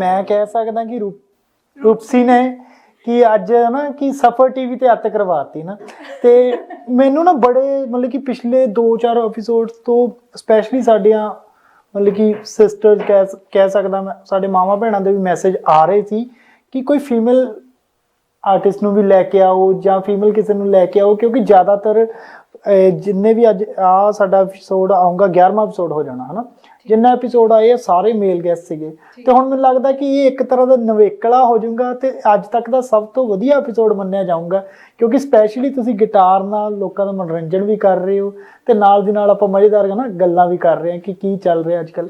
ਤੇ ਫਿਰ ਉਸ ਤੋਂ ਬਾਅਦ ਕਿ ਕੈਨੇਡਾ ਦਾ ਪਹਿਲਾਂ ਨਿਊਜ਼ੀਲੈਂਡ ਦਾ ਟੂਰ ਰਿਹਾ, ਫਿਰ ਆਸਟ੍ਰੇਲੀਆ ਦਾ ਟੂਰ ਰਿਹਾ ਨਾ, ਫਿਰ ਕੈਨੇਡਾ ਆ ਗਏ। ਫਿਰ ਉਸ ਤੋਂ ਬਾਅਦ ਕੀ ਰੂਪਸੀ ਨੇ ਫਿਰ ਅੱਗੇ ਜਦੋਂ 1 ਸਾਲ ਉਹ ਬੈਂਡ 'ਚ 1 ਸਾਲ ਉਹ ਤੱਕ ਖਤਮ ਹੋਣ ਤੋਂ ਬਾਅਦ ਕਿ ਉਹ ਬੈਂਡ ਕੀ ਬਣਿਆ, ਕਿ ਮਤਲਬ ਕਿ ਉਹ ਫਿਰ ਮੈਡਮ ਹੋਣੀ ਬਿਜ਼ੀ ਹੋ ਗਏ ਸੀ ਜਾਂ ਉਹ ਬੈਂਡ ਫਿਰ ਅੱਗੇ 1 ਸਾਲ ਹੀ ਕਿਉਂ ਚੱਲਿਆ, ਕਿ ਸਾਰੇ ਫਿਰ ਵੱਖ-ਵੱਖ ਹੋ ਗਏ ਜਾਂ ਕੀ ਬਣਿਆ? ਵੱਖ-ਵੱਖ ਕਿੱਦਾਂ ਹੋ ਗਏ ਸਾਰੇ? ਵੈਸੇ ਤਾਂ ਸਾਰੇ ਅੱਜ ਵੀ ਇਨ ਟੱਚ ਨੇ। ਹਾਂਜੀ। ਤੇ ਜਦੋਂ ਵੀ ਅਸੀਂ ਇੰਡੀਆ ਜਾਈਦਾ ਜਾਂ ਕੀ ਕਹਿੰਦੇ ਆ ਅਸੀਂ ਆਪਸ 'ਚ ਮਿਲਦੇ ਆ, ਇੱਕ ਦੂਜੇ ਦੇ ਨਾਲ ਗੱਲਬਾਤ ਕਰਦੇ ਆ, ਅਸੀਂ ਸਾਰੇ ਇਨ ਟੱਚ ਆ। ਕਈ ਕੁੜੀਆਂ ਹਜੇ ਵੀ ਅਨਮੋਲ ਮੈਮ ਨਾਲ ਉਹਨਾਂ ਨਾਲ ਕੰਮ ਕਰ ਰਹੀਆਂ ਨੇ। ਅੱਛਾ ਜੀ। ਤੇ ਅਸੀਂ ਜਿਵੇਂ ਹੁਣ ਮੈਂ ਇੱਥੇ ਆ ਗਈ, ਕੈਨੇਡਾ ਆ ਗਈ, ਹੋਰ ਕੁੜੀਆਂ ਨੇ ਉਹ ਕੈਨੇਡਾ ਇੱਥੇ ਆ ਗਏ ਆ। ਹਾਂਜੀ। ਤੇ ਜਿਹਦੇ ਕਰਕੇ ਬੈਂਡ ਸੈਪਰੇਟ ਹੋ ਗਿਆ। ਠੀਕ ਹੈ ਜੀ। ਤੇ ਵੈਸੇ ਅਨਮੋਲ ਗਗਨ ਮਾਨ ਦੀ ਸ਼ਖਸੀਅਤ ਬਾਰੇ ਕੀ ਕਹਿਣਾ ਚਾਹੋਗੇ? ਕਿੱਦਾਂ ਦਾ ਤੁਹਾਡਾ ਐਕਸਪੀਰੀਅੰਸ ਰਿਹਾ ਉਹਨਾਂ ਨਾਲ? ਜਿਹੜਾ ਉਹਨਾਂ ਬਾਰੇ ਮੈਂ ਸੁਣਿਆ ਸੀਗਾ ਬਹੁਤ ਜ਼ਿਆਦਾ, ਮੈਂ ਆਪਣੀ ਫਰੈਂਡਸ ਤੋਂ ਬੜਾ ਸੁਣਿਆ ਸੀਗਾ ਕਿ ਉਹ ਬਹੁਤ ਜ਼ਿਆਦਾ ਬੋਲਡ ਪਰਸਨੈਲਿਟੀ ਹੈ। ਤੇ ਤੁਸੀਂ ਦੇਖ ਵੀ ਸਕਦੇ ਹੋ, ਮੈਂ ਉਹਨਾਂ ਦੀਆਂ ਵੀਡੀਓਜ਼ ਜਿਵੇਂ ਕੰਟੀਨਿਊਸਲੀ ਦੇਖਦੀ ਹਾਂ। ਹੁਣ ਅੱਜ ਕੱਲ ਉਹ ਪੋਲਿਟਿਕਸ ਦੇ ਵਿੱਚ ਮਤਲਬ ਆਪ ਦੇ ਵਿੱਚ ਉਹ ਲੀਡ ਕਰ ਰਹੇ ਨੇ ਤੇ ਉਸ ਦੇ ਵਿੱਚ ਵੀ ਉਹ ਵਧੀਆ ਕਹਿ ਲਓ ਵੀ ਕਨਸੈਪਟਸ ਉਹਨਾਂ ਨੇ ਪਿਕ ਕੀਤੇ ਆ ਕਿ ਅਸੀਂ ਇਸ ਚੀਜ਼ ਨੂੰ ਅੱਗੇ ਵਧਾਉਣਾ ਹੈ ਜਾਂ ਇਸ ਚੀਜ਼ ਤੇ ਆਪਾਂ ਕੰਮ ਕਰ ਸਕਦੇ ਹਾਂ। ਕਿ ਹਮੇਸ਼ਾ ਜਿਵੇਂ ਹੁਣ ਫਾਰਮਰ ਪ੍ਰੋਟੈਸਟ ਚੱਲ ਰਿਹਾ ਹੈ, ਉਹਨੂੰ ਉਹ ਪ੍ਰਮੋਟ ਕਰ ਰਹੇ ਆ ਕਿ ਫਾਰਮਰਸ ਨੂੰ ਉਹਨਾਂ ਦਾ ਰਾਈਟ ਮਿਲਣਾ ਚਾਹੀਦਾ। ਇਦਾਂ ਹੀ ਉਹਨਾਂ ਨੇ ਜਦੋਂ ਸਾਡਾ ਫੀਮੇਲ ਬੈਂਡ ਬਣਾਇਆ ਸੀ, ਇਹ ਕਨਸੈਪਟ ਸੀਗਾ ਕਿ ਕੁੜੀਆਂ ਕਿਸੇ ਨਾਲੋਂ ਘੱਟ ਨਹੀਂ। ਉਹਨਾਂ ਦੀ ਇਹ ਲਾਈਨ ਸੀਗੀ ਸਪੈਸ਼ਲੀ ਵੀ ਕੁੜੀਆਂ ਕਿਸੇ ਨਾਲੋਂ ਘੱਟ ਨਹੀਂ, ਉਹ ਆਪਣਾ ਵਜੂਦ ਚੁਣ ਸਕਦੀਆਂ, ਉਹ ਆਪਣੀ ਪਹਿਚਾਨ ਬਣਾਉਣ ਲਈ ਕਾਬਲੀਅਤ ਰੱਖਦੀਆਂ। ਸਪੈਸ਼ਲੀ ਜੇ ਪੰਜਾਬ ਲੈਵਲ ਤੇ ਇੰਨੇ ਵੱਡੇ ਲੈਵਲ ਤੇ ਕਦੀ ਕੁੜੀਆਂ ਦਾ ਬੈਂਡ ਨਹੀਂ ਬਣਿਆ ਸੀ ਅੱਜ ਤੱਕ ਮੇਰੇ ਹਿਸਾਬ ਨਾਲ, ਕਿਉਂਕਿ ਜਿੰਨੇ ਫੋਰਨ ਟੂਰ ਤੁਸੀਂ ਕਰਕੇ ਆਏ ਹੋ, ਇੱਕ ਤਰ੍ਹਾਂ ਦਾ ਤੁਹਾਡੇ ਸਾਰਿਆਂ ਵਾਸਤੇ ਇੱਕ ਮਾਈਲਸਟੋਨ ਆ ਕਿ ਉਸ ਬੈਂਡ ਦਾ ਪਾਰਟ ਬਣਨਾ, ਉਸ ਤੋਂ ਬਾਅਦ ਪਰਫਾਰਮ ਕਰਨਾ। ਤੇ ਹੁਣ ਰੂਪਸੀ ਦੇ ਅੱਗੇ ਦੇ ਕੀ ਪਲਾਨ ਨੇ? ਅੱਗੋਂ ਦੇ ਪਲਾਨ ਹੈਗੇ ਆ, ਮੈਂ ਆਪਣੇ 2 ਸੌਂਗਸ ਪਹਿਲਾਂ ਕਰ ਚੁੱਕੀ ਹਾਂ। ਇੱਕ ਕਵਰ ਸੌਂਗ ਹੈ, ਇੱਕ ਮੇਰਾ ਆਪਣਾ ਸੌਂਗ ਆਇਆ ਸੀ ਦੀਵਾਨਾ ਟਾਊਨ। ਤੇ ਹੁਣ ਇਸ ਤੋਂ ਬਾਅਦ ਮੇਰੇ ਹੋਰ ਪ੍ਰੋਜੈਕਟਸ ਹੈਗੇ ਆ। ਕੁਝ ਮੈਂ ਰੀਮੇਕ ਸੌਂਗ ਕੀਤੇ ਆ ਪੰਜਾਬੀ, ਜਿਹੜੇ ਬਿਲਕੁਲ ਹੀ ਖਤਮ ਹੋ ਗਏ ਲੇਕਿਨ ਪੁਰਾਣੇ ਟਾਈਮ ਦੇ ਹਿਸਾਬ ਨਾਲ ਮੁੱਕ ਗਈ ਫੀਮ ਡੱਬੀ ਚੋਂ ਯਾਰੋ, ਅੱਜ ਕੋਈ ਅਮਲੀ ਦਾ ਡੰਗ ਸਾਰੋ। ਇਹ ਸੌਂਗ ਮੇਰਾ ਆਲਰੇਡੀ ਬਣਿਆ ਪਿਆ ਹੈ। ਇਸ ਤੋਂ ਇਲਾਵਾ ਮੇਰੇ ਹੋਰ ਸੌਂਗਸ ਜਿਹੜੇ ਆ ਉਹ ਰਿਕਾਰਡ ਹੋਣੇ ਆ ਜੇਵੀ ਮਾਨ ਪ੍ਰੋਡਕਸ਼ਨ ਦੇ ਅੰਡਰ। ਤੇ ਉਹ ਸਰੀ ਦੇ ਵਿੱਚ ਉਹਨਾਂ ਦਾ ਸਟੂਡੀਓ ਹੈਗਾ, ਉਹਨਾਂ ਦਾ ਸਾਰਾ ਕਨਸੈਪਟ ਹੈ। ਤੇ ਹੋ ਸਕਦਾ ਹੈ ਸਮਰਸ ਦੇ ਵਿੱਚ ਅਸੀਂ ਸੌਂਗ ਦੇ ਲਈ ਸ਼ੂਟਿੰਗ ਵੀ ਕਰੀਏ, ਜੋ ਮੈਨੂੰ ਪ੍ਰਪੋਜ਼ਲ ਹੈਗਾ ਅੱਗੋਂ। ਤੇ ਇਹ ਪ੍ਰੋਜੈਕਟਸ ਮੈਂ ਅੱਗੇ ਲਵਾਂਗੀ। ਹੋ ਸਕਦਾ ਕੁਝ ਲੈਟਸ ਸੇ ਮੈਨੂੰ ਹੁਣੇ ਰੀਸੈਂਟ ਕਾਲ ਆਇਆ ਸੀ ਫਿਲਮ ਸਟੂਡੀਓ ਦੇ ਵਿੱਚੋਂ, ਉਹਨਾਂ ਦਾ ਪ੍ਰੋਜੈਕਟ ਮੇਬੀ ਹੋ ਸਕਦਾ ਮੈਂ ਪਿਕ ਕਰ ਲਾਂ ਤਾਂ ਕਿਸੇ ਡਾਕੂਮੈਂਟਰੀ ਦੇ ਵਿੱਚ ਮੇਬੀ ਮੈਂ ਅੱਗੋਂ ਜਾਵਾਂ।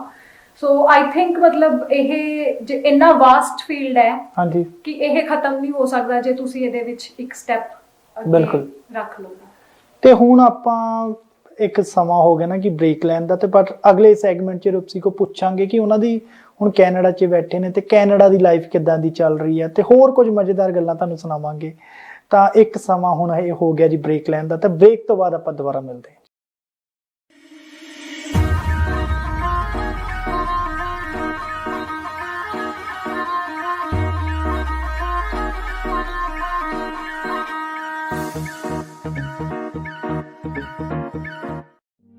ਕੀ ਗੱਲ ਮੁੰਡਿਆ, ਬੜਾ ਉਦਾਸ ਜਿਹਾ ਬੈਠਾ? ਕੀ ਦੱਸਾਂ, ਮੇਰਾ ਤਾਂ ਅੱਜ ਫੇਰ ਲੋਡ ਕੈਨਸਲ ਹੋ ਗਿਆ। ਬਸ ਇੰਨੀ ਕੁ ਗੱਲ, ਹੁਣੇ BTS ਕੈਰੀਅਰ ਇੰਕ ਉੱਤੇ ਚੱਲ। ਉਹਨਾਂ ਨੂੰ ਜ਼ਰੂਰਤ ਹੈ ਓਨਰ, ਆਪਰੇਟਰਸ ਅਤੇ truck drivers the. Come on by here and see us at BTS. We're always hiring professional drivers. We offer great pay, a dedicated team of dispatchers, and all new equipment. ਜੀ ਹਾਂ, ਤੁਸੀਂ ਚੰਗੀ mileage ਦੇ ਨਾਲ ਬਹੁਤ ਵਧੀਆ dollar ਕਮਾ ਸਕਦੇ ਹੋ। ਤੁਸੀਂ ਕਾਲ ਕਰਨੀ ਆ ਰਸਟੀ ਸੇਖੋਂ ਉਹਨਾਂ ਨੂੰ 734 737 0441 ਉੱਤੇ। ਜੀ ਹਾਂ, 734 737 0441 ਉੱਤੇ ਤੁਸੀਂ ਰਸਟੀ ਸੇਖੋਂ ਉਹਨਾਂ ਦੇ ਨਾਲ ਰਾਬਤਾ ਕਰ ਸਕਦੇ ਹੋ ਜਾਂ ਵਿਜ਼ਿਟ ਕਰੋ btscareers.com। ਡਰਾਈਵਰ ਵੀਰਾਂ ਤੇ ਓਨਰ ਆਪਰੇਟਰਸ ਲਈ ਖਾਸ ਦੋਸਤੋ, ਤੁਸੀਂ ਲੋਡ ਬੁਕਿੰਗ ਦੀ ਚਿੰਤਾ ਛੱਡ ਆਪਣਾ ਪੂਰਾ ਧਿਆਨ ਡਰਾਈਵਿੰਗ ਉੱਤੇ ਲਗਾਓ। Roadex professional dispatch load booking, carrier packet ਭੇਜਣ, ਟ੍ਰੇਸਿੰਗ, ਟਰੈਕਿੰਗ ਦੀਆਂ ਸੇਵਾਵਾਂ ਮੁਹੱਈਆ ਕਰਾਉਂਦਾ। ਟਰੱਕਿੰਗ ਇੰਡਸਟਰੀ ਵਿੱਚ ਸਾਡਾ ਡਿਸਪੈਚ ਦਾ ਲੰਬਾ ਤਜਰਬਾ ਹੈ। ਸ਼ਿਪਰਸ ਬ੍ਰੋਕਰਸ ਨਾਲ ਸਿੱਧਾ ਰਾਬਤਾ ਹੋਣ ਕਾਰਨ ਤੁਹਾਡੇ ਲਈ ਬਹੁਤ ਵਧੀਆ ਕੀਮਤਾਂ ਉੱਤੇ ਲੋਡ ਬੁੱਕ ਕਰ ਸਕਦੇ ਹਾਂ। ਤੁਸੀਂ ਜ਼ਿਆਦਾ ਮੁਨਾਫਾ ਕਮਾ ਸਕਦੇ ਹੋ, ਉਹ ਵੀ ਬਿਨਾਂ ਕਿਸੇ ਕੰਟਰੈਕਟ ਦੇ। ਜਾਣਕਾਰੀ ਲਈ ਨੰਬਰ 313 855 5623। ਬ੍ਰੇਕ ਤੋਂ ਬਾਅਦ ਤੁਹਾਡਾ ਸਾਰਿਆਂ ਦਾ ਬਹੁਤ-ਬਹੁਤ ਸਵਾਗਤ ਹੈ ਜੀ। ਤੇ ਹੁਣ ਆਪਾਂ ਗੱਲਬਾਤ ਕਰਾਂਗੇ ਰੂਪਸੀ ਉਹਨਾਂ ਨਾਲ ਕਿ ਕਿੱਦਾਂ ਉਹਨਾਂ ਦਾ ਸਬੱਬ ਬਣਿਆ ਉਦੋਂ ਕਿ ਉਹ ਬੈਂਡ ਦਾ ਹਿੱਸਾ ਬਣਨ ਦਾ, ਕਿੱਦਾਂ ਉਹ ਇੰਟਰਵਿਊ ਦੇਣਗੇ ਤੇ ਉਹ ਸਾਰੀ ਸਾਨੂੰ ਉਹ ਸਟੋਰੀ ਆਪਣੀ ਦੱਸਣਗੇ। ਤਾਂ ਰੂਪਸੀ, ਤੇ ਕਿਸੇ ਨੇ ਦੱਸਿਆ ਸੀ ਕਿ ਹਾਂ ਵੀ ਆਡੀਸ਼ਨ ਹੋ ਰਹੇ ਹੋ ਬੈਂਡ ਵਾਸਤੇ, ਜਾਂ ਉਹਨਾਂ ਨੇ ਅਪਰੋਚ ਕੀਤਾ ਸੀ? ਕਿੱਦਾਂ ਉਹਨਾਂ ਨਾਲ ਫਿਰ ਮੇਲ ਹੋਇਆ ਤੁਹਾਡਾ? ਹਾਂਜੀ ਬਿਲਕੁਲ, ਮੈਂ ਅਸਲ 'ਚ ਨਾ ਮੈਂ ਆਪਣੀ ਦੁਨੀਆ 'ਚ ਕਹਿ ਲਓ ਕਿ ਲੌਸਟ ਸੀਗੀ, ਕਿ ਮੇਰੇ ਆਪਣੇ ਹੀ ਇੰਨੇ ਕੰਮਕਾਰ ਸੀਗੇ ਕਿ ਮੈਂ ਉਹਦੇ 'ਚ ਹੀ ਭੱਜੀ ਨੱਠੀ ਫਿਰਦੀ ਸੀਗੀ। ਤੇ ਕਹਿ ਲਓ ਕਿ ਤੁਹਾਡਾ ਰੂਟੀਨ ਬਣਿਆ ਹੋਇਆ, ਉਹ ਚੱਲ ਰਿਹਾ ਹੈ। ਇੱਦਾਂ ਹੀ ਮੇਰੇ ਇੱਕ ਸਟੂਡੈਂਟ ਸੀਗਾ, ਉਹ ਮੇਰੇ ਤੋਂ ਗਿਟਾਰ ਸਿੱਖਦਾ ਸੀ ਤੇ ਉਹ ਕੈਨੇਡਾ ਆ ਗਿਆ ਸੀ। ਉਹਨੇ ਮੈਨੂੰ ਉੱਥੋਂ ਕਾਲ ਕੀਤਾ ਕਿ ਮੈਮ ਇੱਦਾਂ ਕਰਕੇ ਵੀ ਨਾ ਆਡੀਸ਼ਨਸ ਹੋ ਰਹੇ ਹੈ, ਫੀਮੇਲ ਗਿਟਾਰਿਸਟ ਦੀ ਜ਼ਰੂਰਤ ਹੈ, ਅਨਮੋਲ ਗਗਨਮਾਨ ਉਹਨਾਂ ਦੇ ਬੈਂਡ ਦੇ ਵਿੱਚ। ਤੇ ਮੈਂ ਸੋਚਿਆ ਵੀ ਮਤਲਬ ਇਦਾਂ ਦੀਆਂ ਗੱਲਾਂ ਸੱਚ ਨਹੀਂ ਹੁੰਦੀਆਂ ਵੈਸੇ ਵੀ, ਔਰ ਕਦੇ ਸੋਚਿਆ ਵੀ ਨਹੀਂ ਸੀ ਕਿ ਇੱਕ ਮਤਲਬ ਸਿੰਗਰ ਨੂੰ ਜਾਂ ਆਰਟਿਸਟ ਨੂੰ ਫੀਮੇਲ ਗਿਟਾਰਿਸਟ ਦੀ ਕਿਉਂ ਲੋੜ ਪਏਗੀ, ਹੈ ਨਾ। ਕਦੀ ਸੋਚਿਆ ਹੀ ਨਹੀਂ ਸੀਗਾ। ਤੇ ਪਹਿਲਾਂ ਤਾਂ ਮੈਂ ਯਕੀਨ ਨਹੀਂ ਕੀਤਾ, 1-2 ਦਿਨ ਮੈਂ ਇਗਨੋਰ ਕਰੇਗੀ। ਮੈਨੂੰ ਹਰ ਰੋਜ਼ ਕਾਲ ਆਉਂਦਾ ਸੀਗਾ ਕਿ ਮੈਮ ਤੁਸੀਂ ਉਹਨਾਂ ਨੂੰ ਕੰਟੈਕਟ ਕੀਤਾ, ਤੁਸੀਂ ਕੰਟੈਕਟ ਕੀਤਾ। ਤੇ ਮੈਂ ਕਿਹਾ ਵੀ ਨਹੀਂ, ਮੈਂ ਕੋਈ ਕੰਟੈਕਟ ਨਹੀਂ ਕੀਤਾ ਉਹਨਾਂ ਨੂੰ ਨਾ। ਉਹ ਕਹਿੰਦਾ ਵੀ ਤੁਸੀਂ ਅੱਜ ਇਦਾਂ ਕਰੋ, ਆਪਣਾ ਕੰਮ ਛੱਡੋ ਤੇ ਤੁਸੀਂ ਪਹਿਲਾਂ ਅੱਜ ਉਹਨਾਂ ਨੂੰ ਕਾਲ ਕਰੋ। ਠੀਕ ਹੈ ਜੀ। ਤੇ ਮੈਂ ਰਾਈਟ ਅਵੇ ਨਾ ਸੇਮ ਟਾਈਮ ਮੈਂ ਉਹਨਾਂ ਨੂੰ ਦੁਪਹਿਰ ਕੁ ਵੇਲੇ ਆਈ ਥਿੰਕ 12-1 ਵਜੇ ਉਹਨਾਂ ਨੂੰ ਕਾਲ ਕੀਤਾ ਤੇ ਉਹਨਾਂ ਨੇ ਮੈਨੂੰ ਕਿਹਾ ਕਿ ਤੁਸੀਂ ਆਪਣਾ ਰਿਜ਼ਿਊਮੇ ਸੈਂਡ ਕਰੋ, ਆਪਣੀ ਪ੍ਰੋਫਾਈਲ ਸੈਂਡ ਕਰੋ ਤੇ ਅਸੀਂ ਤੁਹਾਨੂੰ ਕਾਲ ਕਰਕੇ ਦੱਸਦੇ ਹਾਂ ਵੀ ਤੁਸੀਂ ਆਉਣਾ ਕਿ ਨਹੀਂ ਆਉਣਾ। ਜਦ ਮੈਂ ਉਹਨਾਂ ਨੂੰ ਆਪਣਾ ਰਿਜ਼ਿਊਮੇ ਸੈਂਡ ਕੀਤਾ ਤੇ ਉਹਨਾਂ ਦਾ ਮੈਨੂੰ 5-10 ਮਿੰਟ ਬਾਅਦ ਕਾਲ ਆ ਗਿਆ ਵੀ ਤੁਸੀਂ ਇੱਦਾਂ ਕਰੋ, ਅਸੀਂ ਤੁਹਾਡੀ ਵੇਟ ਕਰਦੇ ਹਾਂ ਵੀ ਤੁਸੀਂ ਆ ਜਾਓ, ਅਸੀਂ 4 ਵਜੇ ਤੱਕ ਇੱਥੇ ਹਾਂ। ਮੈਂ ਕਿਹਾ ਕਿ ਮੈਂ ਲੁਧਿਆਣੇ ਤੋਂ ਆਉਣਾ, ਮੈਨੂੰ ਮੁਹਾਲੀ ਆਉਣ ਲਈ ਥੋੜਾ ਟਾਈਮ ਲੱਗ ਜਾਏਗਾ, ਵੀ 2-2.5 ਘੰਟਿਆਂ ਦਾ ਤਾਂ ਰਸਤਾ ਹੀ ਹੈ। ਤੇ ਮੈਂ ਉਸ ਦਿਨ ਸੇਮ ਟਾਈਮ ਮੈਂ ਆਪਣੀ ਗਿਟਾਰ ਚੱਕੀ, ਗੱਡੀ ਚੱਕੀ ਤੇ ਉਹਨਾਂ ਨੇ ਮੈਨੂੰ ਆਡੀਸ਼ਨਸ ਲਈ ਬੁਲਾਇਆ ਸੀਗਾ। ਮੈਂ ਉੱਥੇ ਆਪਣੇ ਆਡੀਸ਼ਨ ਦਿੱਤੇ। ਉੱਥੇ ਜਿਵੇਂ ਮੈਂ ਅੱਜ ਤੁਹਾਨੂੰ ਗਾਣੇ ਸੁਣਾਏ ਹੈ, ਉੱਥੇ ਵੀ ਮੈਂ ਗਾਣੇ ਸੁਣਾਏ। ਉਹਨਾਂ ਨੇ ਮੈਨੂੰ ਆਪਣੀ ਚੋਇਸ ਦੇ ਗਾਣੇ ਕਹਿੰਦੇ ਆਹ ਗਾਣਾ ਸੁਣਾ, ਆਹ ਗਾਣਾ ਸੁਣਾ। ਮੈਂ ਉਹਨਾਂ ਨੂੰ ਸਾਰੇ ਜੋ ਉਹਨਾਂ ਨੇ ਮੈਨੂੰ ਗਾਣੇ ਕਹੇ ਮੈਂ ਉਹਨਾਂ ਨੂੰ ਗਿਟਾਰ ਤੇ ਸੁਣਾਏ। ਕਹਿੰਦੇ ਤੇਰਾ ਆਡੀਸ਼ਨ ਪਾਸ ਹੈ। ਅੱਛਾ ਜੀ। ਤੇ ਕੌਣ ਸੀ ਆਡੀਸ਼ਨ ਚ? ਕਿੰਨੇ ਆਡੀਸ਼ਨਸ ਦੇ ਵਿੱਚ ਕੁਝ ਤਾਂ ਜਿਹੜੀਆਂ ਕੁੜੀਆਂ ਆਲਰੇਡੀ ਮਤਲਬ ਪਹਿਲਾਂ ਤੋਂ ਹੀ ਉੱਥੇ ਰਿਹਰਸਲ ਕਰ ਰਹੀਆਂ ਸੀਗੀਆਂ ਇਸ ਪ੍ਰੋਜੈਕਟ ਨੂੰ ਲੈ ਕੇ, ਤੇ ਉਹ ਲਗਾ ਲਓ ਕਿ ਆਖਰੀ ਦਿਨ ਸੀਗਾ ਆਡੀਸ਼ਨ ਦਾ। ਤੇ ਕਹਿ ਲਓ ਵੀ ਮੇਰੀ ਕਿਸਮਤ ਚੰਗੀ ਸੀਗੀ ਕਿ ਮੈਨੂੰ ਇਹ ਚਾਂਸ ਮਿਲਿਆ। ਤੇ ਮੈਂ ਪਹਿਲਾਂ ਇਗਨੋਰ ਕਰੀ ਗਈ, ਮੈਨੂੰ ਕਾਲਸ ਆ ਰਹੀਆਂ ਸੀ ਜਦੋਂ ਮੈਂ ਇਗਨੋਰ ਕਰੀ ਗਈ। ਮੈਂ ਕਿਹਾ ਮੈਂ ਕੋਈ ਇੰਨੀ ਵੱਡੀ ਗਿਟਾਰਿਸਟ ਨਹੀਂ। ਅੱਛਾ, ਤੁਸੀਂ ਕਹਿੰਦੇ ਕਿ ਹਾਂ ਵੀ ਮੈਂ ਜਾਣਾ ਹੀ ਨਹੀਂ ਆਡੀਸ਼ਨ ਦੇਣ। ਮੈਂ ਆਡੀਸ਼ਨ ਦੇਣ, ਮੈਂ ਕਿਹੜਾ ਮੈਨੂੰ ਇੰਨੀ ਜ਼ਿਆਦਾ ਪ੍ਰੋਫੈਸ਼ਨਲ ਲੈਵਲ ਤੇ ਮੈਨੂੰ ਕੋਈ ਗਿਟਾਰ ਨਹੀਂ ਆਉਂਦੀ, ਵੀ ਮੈਂ ਮਾੜੀ ਮੋਟੀ ਜਿਵੇਂ ਕਹਿ ਲਓ ਵੀ ਮੈਂ ਪਲੇ ਕਰ ਲੈਂਦੀ ਹਾਂ, ਵੀ ਠੀਕ ਹੈ ਕੰਮ ਸਾਰਨ ਜੋਗਾ ਮੈਂ ਪਲੇ ਕਰ ਲੈਂਦੀ ਹਾਂ। ਪਰ ਕੀ ਕਹਿੰਦੇ ਕਿਸਮਤ ਨੂੰ ਕਹਿ ਲਓ ਕੁਝ ਹੋਰ ਮਨਜ਼ੂਰ ਸੀਗਾ। ਜਦ ਮੈਂ ਉੱਥੇ ਗਈ, ਮੇਰੀ ਸਿਲੈਕਸ਼ਨ ਹੋ ਗਈ ਤੇ ਉਸ ਤੋਂ ਬਾਅਦ ਮੈਨੂੰ ਚਾਂਸ ਮਿਲਿਆ ਇੰਨੀ ਕੰਟਰੀਜ਼ ਦੇ ਵਿੱਚ ਪਰਫਾਰਮ ਕਰਨ ਦਾ। ਇੱਕ ਇਦਾਂ ਦੇ ਆਰਟਿਸਟ ਨਾਲ ਪਰਫਾਰਮ ਕਰਨ ਦਾ ਚਾਂਸ ਮਿਲਿਆ ਜੋ ਕਿ ਕੁੜੀਆਂ ਨੂੰ ਇੰਨੀ ਰਿਸਪੈਕਟ ਦਿੰਦੇ ਆ ਤੇ ਉਹਨਾਂ ਨੂੰ ਅੱਗੇ ਲੈ ਕੇ ਆਉਣ ਦੀ ਉਹ ਰੱਖਦੇ ਆ, ਪਰਸਪੈਕਟਿਵ ਰੱਖਦੇ ਆ। ਤੇ ਮੈਨੂੰ ਬਹੁਤ ਖੁਸ਼ੀ ਹੋਈ ਉਹਨਾਂ ਨਾਲ ਕੰਮ ਕਰਕੇ ਤੇ ਉਹਨਾਂ ਤੋਂ ਬਹੁਤ ਕੁਝ ਸਿੱਖਣ ਲਈ ਵੀ ਮਿਲਿਆ। ਠੀਕ ਹੈ ਜੀ। ਪਹਿਲਾਂ ਉਦਾਂ ਕਦੀ ਸੋਚਿਆ ਸੀ ਕਿ ਸਟੱਡੀ ਤੇ ਜਾਂ ਕਿਸੇ ਤਰੀਕੇ ਨਾਲ ਕਿ ਕਿਸੇ ਵਾਰ ਜਾਣਾ, ਕਿ ਆਸਟ੍ਰੇਲੀਆ ਜਾਣਾ ਜਾਂ ਕੈਨੇਡਾ? ਮੈਂ ਪੇਪਰ ਬਹੁਤ ਵਾਰੀ ਦਿੱਤਾ ਸੀਗਾ, ਹਰ ਵਾਰੀ ਪੇਪਰ ਦੇ ਦਿੰਦੀ ਸੀ, ਪਰ ਮੇਰਾ ਇੰਡੀਆ ਦੇ ਵਿੱਚ ਇੰਨਾ ਵਧੀਆ ਕਹਿ ਲਓ ਵੀ ਰੂਟੀਨ ਬਣਿਆ ਹੋਇਆ ਸੀ, ਜਾਂ ਮੈਨੂੰ ਇੰਡੀਆ ਵੀ ਕੰਮ ਦੀ ਕੋਈ ਕਮੀ ਨਹੀਂ ਸੀਗੀ ਤੇ ਮੈਂ ਉਹਦੇ ਵਿੱਚ ਹੀ ਖੁਸ਼ ਸੀਗੀ। ਮੈਂ ਕਦੀ ਏਦਾਂ ਸੋਚਿਆ ਨਹੀਂ ਸੀ, ਬਟ ਮੈਂ ਇਹ ਸੋਚਦੀ ਸੀ ਸ਼ਾਇਦ ਹੋ ਸਕਦਾ ਵਿਆਹ ਹੋ ਜਾਵੇ ਮੇਰਾ ਕੈਨੇਡਾ, ਪਰ ਏਦਾਂ ਕਦੀ ਨਹੀਂ ਸੀ ਸੋਚਿਆ ਕਿ ਮੈਂ ਇਸ ਵੇ ਨਾਲ ਕੈਨੇਡਾ ਕਦੀ ਐਂਟਰ ਕਰਾਂਗੀ। ਤੇ ਫਿਰ ਇੱਥੇ ਦੀ ਲਾਈਫ ਕਿੱਦਾਂ ਦੀ ਲੱਗੀ? ਕੀ ਫਰਕ ਲੱਗਾ ਉੱਥੇ ਦੀ ਲਾਈਫ 'ਚ ਤੇ ਇੱਥੇ ਦੀ ਲਾਈਫ 'ਚ? ਇੱਥੇ ਮੈਂ ਇਹ ਕਹਿੰਦੀ ਹਾਂ ਕਿ ਇੱਥੇ ਜਦ ਤੁਸੀਂ ਕੈਨੇਡਾ ਆ ਜਾਂਦੇ ਹੋ ਤੁਹਾਨੂੰ ਬਹੁਤ ਲੋਕ ਜਾਣਨ ਲੱਗ ਜਾਂਦੇ ਆ। ਮਤਲਬ ਕੈਨੇਡਾ ਮੈਨੂੰ ਲੱਗਦਾ ਹੈ ਮੇਰੇ ਮੁਲਕ ਨਾਲੋਂ ਬਹੁਤ ਛੋਟਾ ਲੱਗਦਾ ਹੈ ਕਿ ਮੈਨੂੰ ਤੁਹਾਡੀ ਵਾਕਫੀਅਤ ਨਿਕਲ ਆਉਂਦੀ ਹੈ। ਠੀਕ ਹੈ ਜੀ। ਕਿਤੇ ਨਾ ਕਿਸੇ ਤਰੀਕੋਂ ਤੁਹਾਨੂੰ ਲੋਕ ਜਾਣਦੇ ਹੁੰਦੇ ਆ। ਠੀਕ ਹੈ ਜੀ। ਹੈ ਨਾ, ਜੇ ਤੁਸੀਂ ਮੇਰੇ ਬਾਰੇ ਪੁੱਛੋਗੇ ਤਾਂ ਮੈਨੂੰ ਲੱਗਦਾ 100 ਲੋਕੀ ਤੁਹਾਨੂੰ ਮੇਰਾ ਰੈਫਰੈਂਸ ਦੇ ਸਕਦੇ ਆ ਵੀ ਹਾਂ ਇਸ ਕੁੜੀ ਨੂੰ ਅਸੀਂ ਜਾਣਦੇ ਆ। ਯਾਰ ਮੈਨੂੰ ਕੈਨੇਡਾ ਇਦਾਂ ਲੱਗਦਾ ਕਿ ਦੁਨੀਆ ਬਹੁਤ ਛੋਟੀ ਹੈ ਇੱਥੇ ਆ ਕੇ। ਤੇ ਇੱਥੇ ਦੀ ਲਾਈਫ ਤੇ ਇੰਡੀਆ ਦੀ ਲਾਈਫ ਦਾ ਬੇਸਿਕਲੀ ਬਹੁਤ ਜ਼ਿਆਦਾ ਫਰਕ ਹੈਗਾ। ਉੱਥੇ ਅਸੀਂ ਆਪਣੇ ਪਰਿਵਾਰ ਨਾਲ ਹੁੰਦੇ ਆ, ਹਾਂਜੀ। ਇੱਥੇ ਅਸੀਂ ਆ ਕੇ ਨਵਾਂ ਪਰਿਵਾਰ ਬਣਾਉਂਦੇ ਆ। ਠੀਕ ਹੈ ਜੀ। ਇਹ ਫਰਕ ਮੈਨੂੰ ਲੱਗਦਾ ਹੈ ਕਿ ਪਰ ਦੋਨੋਂ ਹੀ ਘਰ ਵਧੀਆ ਹੈ, ਚਾਹੇ ਕੈਨੇਡਾ ਲਗਾ ਲਓ, ਇੰਡੀਆ ਲਗਾ ਲਓ, ਦੋਨੇ ਘਰ। ਬਿਜ਼ੀ ਨਹੀਂ ਲੱਗੀ ਇੱਥੇ ਦੀ ਲਾਈਫ? ਇੱਥੇ ਬਹੁਤ ਜ਼ਿਆਦਾ, ਜਿਵੇਂ ਤੁਸੀਂ ਸਵੇਰੇ ਉੱਠਦੇ ਹੋ, ਤੁਹਾਨੂੰ ਪਤਾ ਹੈ ਕਿ 6 ਵਜੇ ਤੁਹਾਡਾ ਦਿਨ ਸ਼ੁਰੂ ਹੋ ਜਾਣਾ ਹੈ। ਖਾਣਾ ਬਣਾਉਣ ਤੋਂ ਲੈ ਕੇ ਤੁਸੀਂ ਹਰ ਛੋਟੇ ਕੰਮ ਆਪ ਕਰਨੇ ਹੈ। ਇੰਡੀਆ ਸਹੂਲਤਾਂ ਇਹ ਹੁੰਦੀਆਂ ਕਿ ਮੰਮਾ, ਤੁਹਾਨੂੰ ਪਤਾ ਹੈ ਵੀ ਤੁਹਾਡੀ ਮੰਮਾ ਹੈਗੇ ਹੈ, ਉਹਨਾਂ ਨੇ ਆਹ ਕੰਮ ਉਹਨਾਂ ਨੇ ਕਰ ਦੇਣਾ, ਪਾਪਾ ਹੈਗੇ ਆ, ਜੇ ਤੁਹਾਨੂੰ ਕੋਈ ਫਾਈਨੈਂਸ਼ੀਅਲੀ ਕਮੀ ਆਉਂਦੀ ਹੈ ਤਾਂ ਉਹ ਹੈਗੇ ਆ, ਤੇ ਜੇ ਕੋਈ ਛੋਟਾ ਮੋਟਾ ਉਹਦਾ ਕੰਮ ਕਰਾਣਾ ਵੀ ਬ੍ਰਦਰ ਹੈਗਾ ਸਿਰ ਤੇ ਬੈਠਾ। ਚਲੋ ਇੱਥੇ ਕੋਈ ਨਹੀਂ ਹੈਗਾ ਤੁਹਾਨੂੰ ਸਪੋਰਟ ਕਰਨ ਲਈ, ਤੇ ਬਟ ਫਿਰ ਵੀ ਅਸੀਂ ਇਦਾਂ ਦਾ ਫਰੈਂਡ ਸਰਕਲ ਡਿਵੈਲਪ ਕਰ ਲੈਂਦੇ ਆ ਕਿ ਜੋ ਤੁਹਾਡੀ ਸਪੋਰਟ ਦੇ ਵਿੱਚ ਹਮੇਸ਼ਾ ਖੜੇ ਰਹਿੰਦੇ ਆ। ਤੇ ਅਸੀਂ ਉਹਨਾਂ ਨਾਲ ਟਾਈਮ ਸਪੈਂਡ ਕਰੀਦਾ, ਵੀਕਐਂਡ ਉਹਨਾਂ ਨਾਲ ਸਪੈਂਡ ਕਰੀਦਾ, ਤੇ ਬਾਕੀ ਦਿਨ ਕੰਮ ਦੇ ਵਿੱਚ ਬਿਜ਼ੀ ਰਹੀਦਾ। ਠੀਕ ਹੈ ਜੀ। ਤੇ ਫਿਰ ਜੇ ਹੁਣ ਮਤਲਬ ਕਿ ਹੁਣ ਇੱਥੇ ਆ ਗਏ ਹੈ ਨਾ ਕੈਨੇਡਾ, ਤੇ ਹੁਣ ਅੱਗੇ ਕੀ ਪ੍ਰੋਜੈਕਟ? ਜੇ ਇੰਡੀਆ 'ਚ ਜ਼ਿਆਦਾ ਟਾਈਮ ਲੱਗਦਾ ਸੀ ਕੰਮ ਕਰਨ ਦਾ ਉਹਨਾਂ ਪ੍ਰੋਜੈਕਟ ਤੇ, ਜਾਂ ਇੱਥੇ ਤੁਹਾਨੂੰ ਟਾਈਮ ਮੈਨੇਜ ਕਰ ਲੈਂਦੇ ਆ? ਇੱਥੇ ਮੈਨੂੰ ਜ਼ਿਆਦਾ ਟਾਈਮ ਲੱਗ ਰਿਹਾ ਕਿਉਂਕਿ ਅਸੀਂ ਪਲਾਨ ਕਰ ਰਹੇ ਸੀਗੇ 2019 ਦੇ ਵਿੱਚ ਅਸਲ 'ਚ ਮੇਰਾ ਉਹ Song ਬਣਿਆ ਸੀਗਾ। ਓਕੇ ਜੀ। ਦੈਨ ਮੈਨੂੰ ਕੋਵਿਡ ਆ ਗਿਆ 2020 ਦੇ ਵਿੱਚ, ਜਦੋਂ ਅਸੀਂ ਸ਼ੂਟ ਕਰਨ ਦਾ ਸੋਚਿਆ ਸੀ। Basically summer is the best time to shoot in Canada, ਹਾਂਜੀ, ਕਿਉਂਕਿ ਆਡੀਓਜ਼ ਮੇਰੇ ਰਿਕਾਰਡ ਹੋਏ ਹੈ ਕਾਫੀ ਟਾਈਮ ਦੇ। ਹੁਣ ਉਹਨਾਂ ਤੇ ਵੀਡੀਓ ਬਣਾ ਕੇ ਉਹਨੂੰ ਲਾਂਚ ਕਰਨਾ ਹੈ ਨਾ, ਤਾਂ ਅਸੀਂ ਉਸ ਰਾਈਟ ਟਾਈਮ ਦੀ ਵੇਟ ਕਰ ਰਹੇ ਸੀ। ਵਿੰਟਰਸ ਦੇ ਵਿੱਚ ਜਿਵੇਂ ਹੁਣ ਮੇਰੇ ਕੋਲ ਟਾਈਮ ਸੀਗਾ, ਹੁਣ ਮੈਂ ਪ੍ਰੋਜੈਕਟ ਕਰ ਸਕਦੀ ਸੀ, ਤਾਂ ਮੈਂ ਜਦੋਂ ਉਹਨਾਂ ਨੇ ਮੈਨੂੰ ਕੰਟੈਕਟ ਕੀਤਾ ਕਿ ਅਸੀਂ ਹੁਣ ਸਮਰਸ ਦੇ ਵਿੱਚ ਤੁਹਾਨੂੰ ਅਪਰੋਚ ਕਰਾਂਗੇ ਕਿ ਤੁਸੀਂ ਹੁਣ ਪ੍ਰਿਪੇਅਰ ਰਹਿਣਾ, ਕਿਉਂਕਿ ਅਸੀਂ ਬਹੁਤ ਡਿਲੇ ਹੋ ਗਿਆ ਆਲਰੇਡੀ ਪ੍ਰੋਜੈਕਟਸ ਤੇ ਨਾ, ਤੇ ਹੁਣ ਅਸੀਂ ਸਮਰਸ ਦੇ ਵਿੱਚ ਸ਼ੂਟ ਕਰਕੇ ਫਿਰ ਅਸੀਂ ਆਉਣ ਵਾਲੇ ਟਾਈਮ ਦੇ ਵਿੱਚ ਜਿਹੜੇ ਵੀਡੀਓ ਸੌਂਗਸ ਹੈ ਮੇਰੇ ਉਹ ਲਾਂਚ ਕਰਾਂਗੇ ਜੇਵੀ ਮਾਨ ਪ੍ਰੋਡਕਸ਼ਨ ਦੇ ਅੰਦਰ। ਠੀਕ ਹੈ। ਤੇ ਵੈਸੇ ਚਲੋ ਆਪਾਂ ਵੀ ਨਾ, ਤੁਸੀਂ ਵੀ ਮਿਹਨਤ ਕਰ ਰਹੇ ਹੋ ਤੇ ਅੱਗੇ ਆਉਣ ਵਾਲੇ ਪ੍ਰੋਜੈਕਟ ਵੀ ਕਰ ਰਹੇ ਹੋ, ਤੇ ਤੁਹਾਡੀ ਕੋਸ਼ਿਸ਼ ਹੈ ਕਿ ਇੱਕ ਹੋਰ ਵਧੀਆ ਉੱਪਰ ਬੁਲੰਦੀਆਂ ਤੇ ਪਹੁੰਚੋ। ਫਿਰ ਵੀ ਤੁਹਾਡਾ ਆਪਣੇ ਵੱਲੋਂ ਕੁੜੀਆਂ ਨੂੰ, ਜਿਹੜੀਆਂ ਕੁੜੀਆਂ ਇਸ ਫੀਲਡ 'ਚ ਆਉਣਾ ਚਾਹੁੰਦੀਆਂ ਨੇ, ਜਾਂ ਸਿੰਗਿੰਗ ਫੀਲਡ 'ਚ ਕਹਿ ਲਈਏ, ਜਾਂ ਕੋਈ ਇਨਸਟਰੂਮੈਂਟ ਵਜਾਉਣਾ ਚਾਹੁੰਦੀਆਂ ਨੇ, ਜਾਂ ਫਿਲਮ ਇੰਡਸਟਰੀ 'ਚ, ਉਹਨਾਂ ਨੂੰ ਫਿਰ ਵੀ ਤੁਸੀਂ ਇੱਕ ਇੰਨੀ ਕੰਟਰੀਜ਼ ਘੁੰਮੇ ਹੋ ਹੈ ਨਾ, ਤੇ ਵਧੀਆ ਪਰਫਾਰਮ ਕੀਤਾ ਸਾਰੀ ਜਗ੍ਹਾ, ਉਹਨਾਂ ਨੂੰ ਕੀ ਮੈਸੇਜ ਦੇਣਾ ਚਾਹੋਗੇ? ਮੈਂ ਉਹਨਾਂ ਨੂੰ ਇਹ ਮੈਸੇਜ ਦੇਣਾ ਚਾਹੂੰਗੀ ਕਿ ਤੁਸੀਂ ਆਪਣੇ ਸੁਪਨੇ ਸਜਾਓ, ਬਿਕਾਜ਼ ਮੇਰਾ ਐਗਜ਼ਾਮਪਲ ਇੰਨਾ ਵੱਡਾ ਐਗਜ਼ਾਮਪਲ ਹੈ ਕਿ ਸੁਪਨੇ ਸੱਚ ਹੁੰਦੇ ਆ। ਮੈਂ ਸੋਚਦੀ ਸੀ ਮੈਨੂੰ ਇਹ ਅਹਿਸਾਸ ਨਹੀਂ ਸੀ ਕਿ ਉਹ ਸੱਚ ਹੋ ਸਕਦਾ, ਬਟ ਉਹ ਸੱਚ ਹੋਇਆ।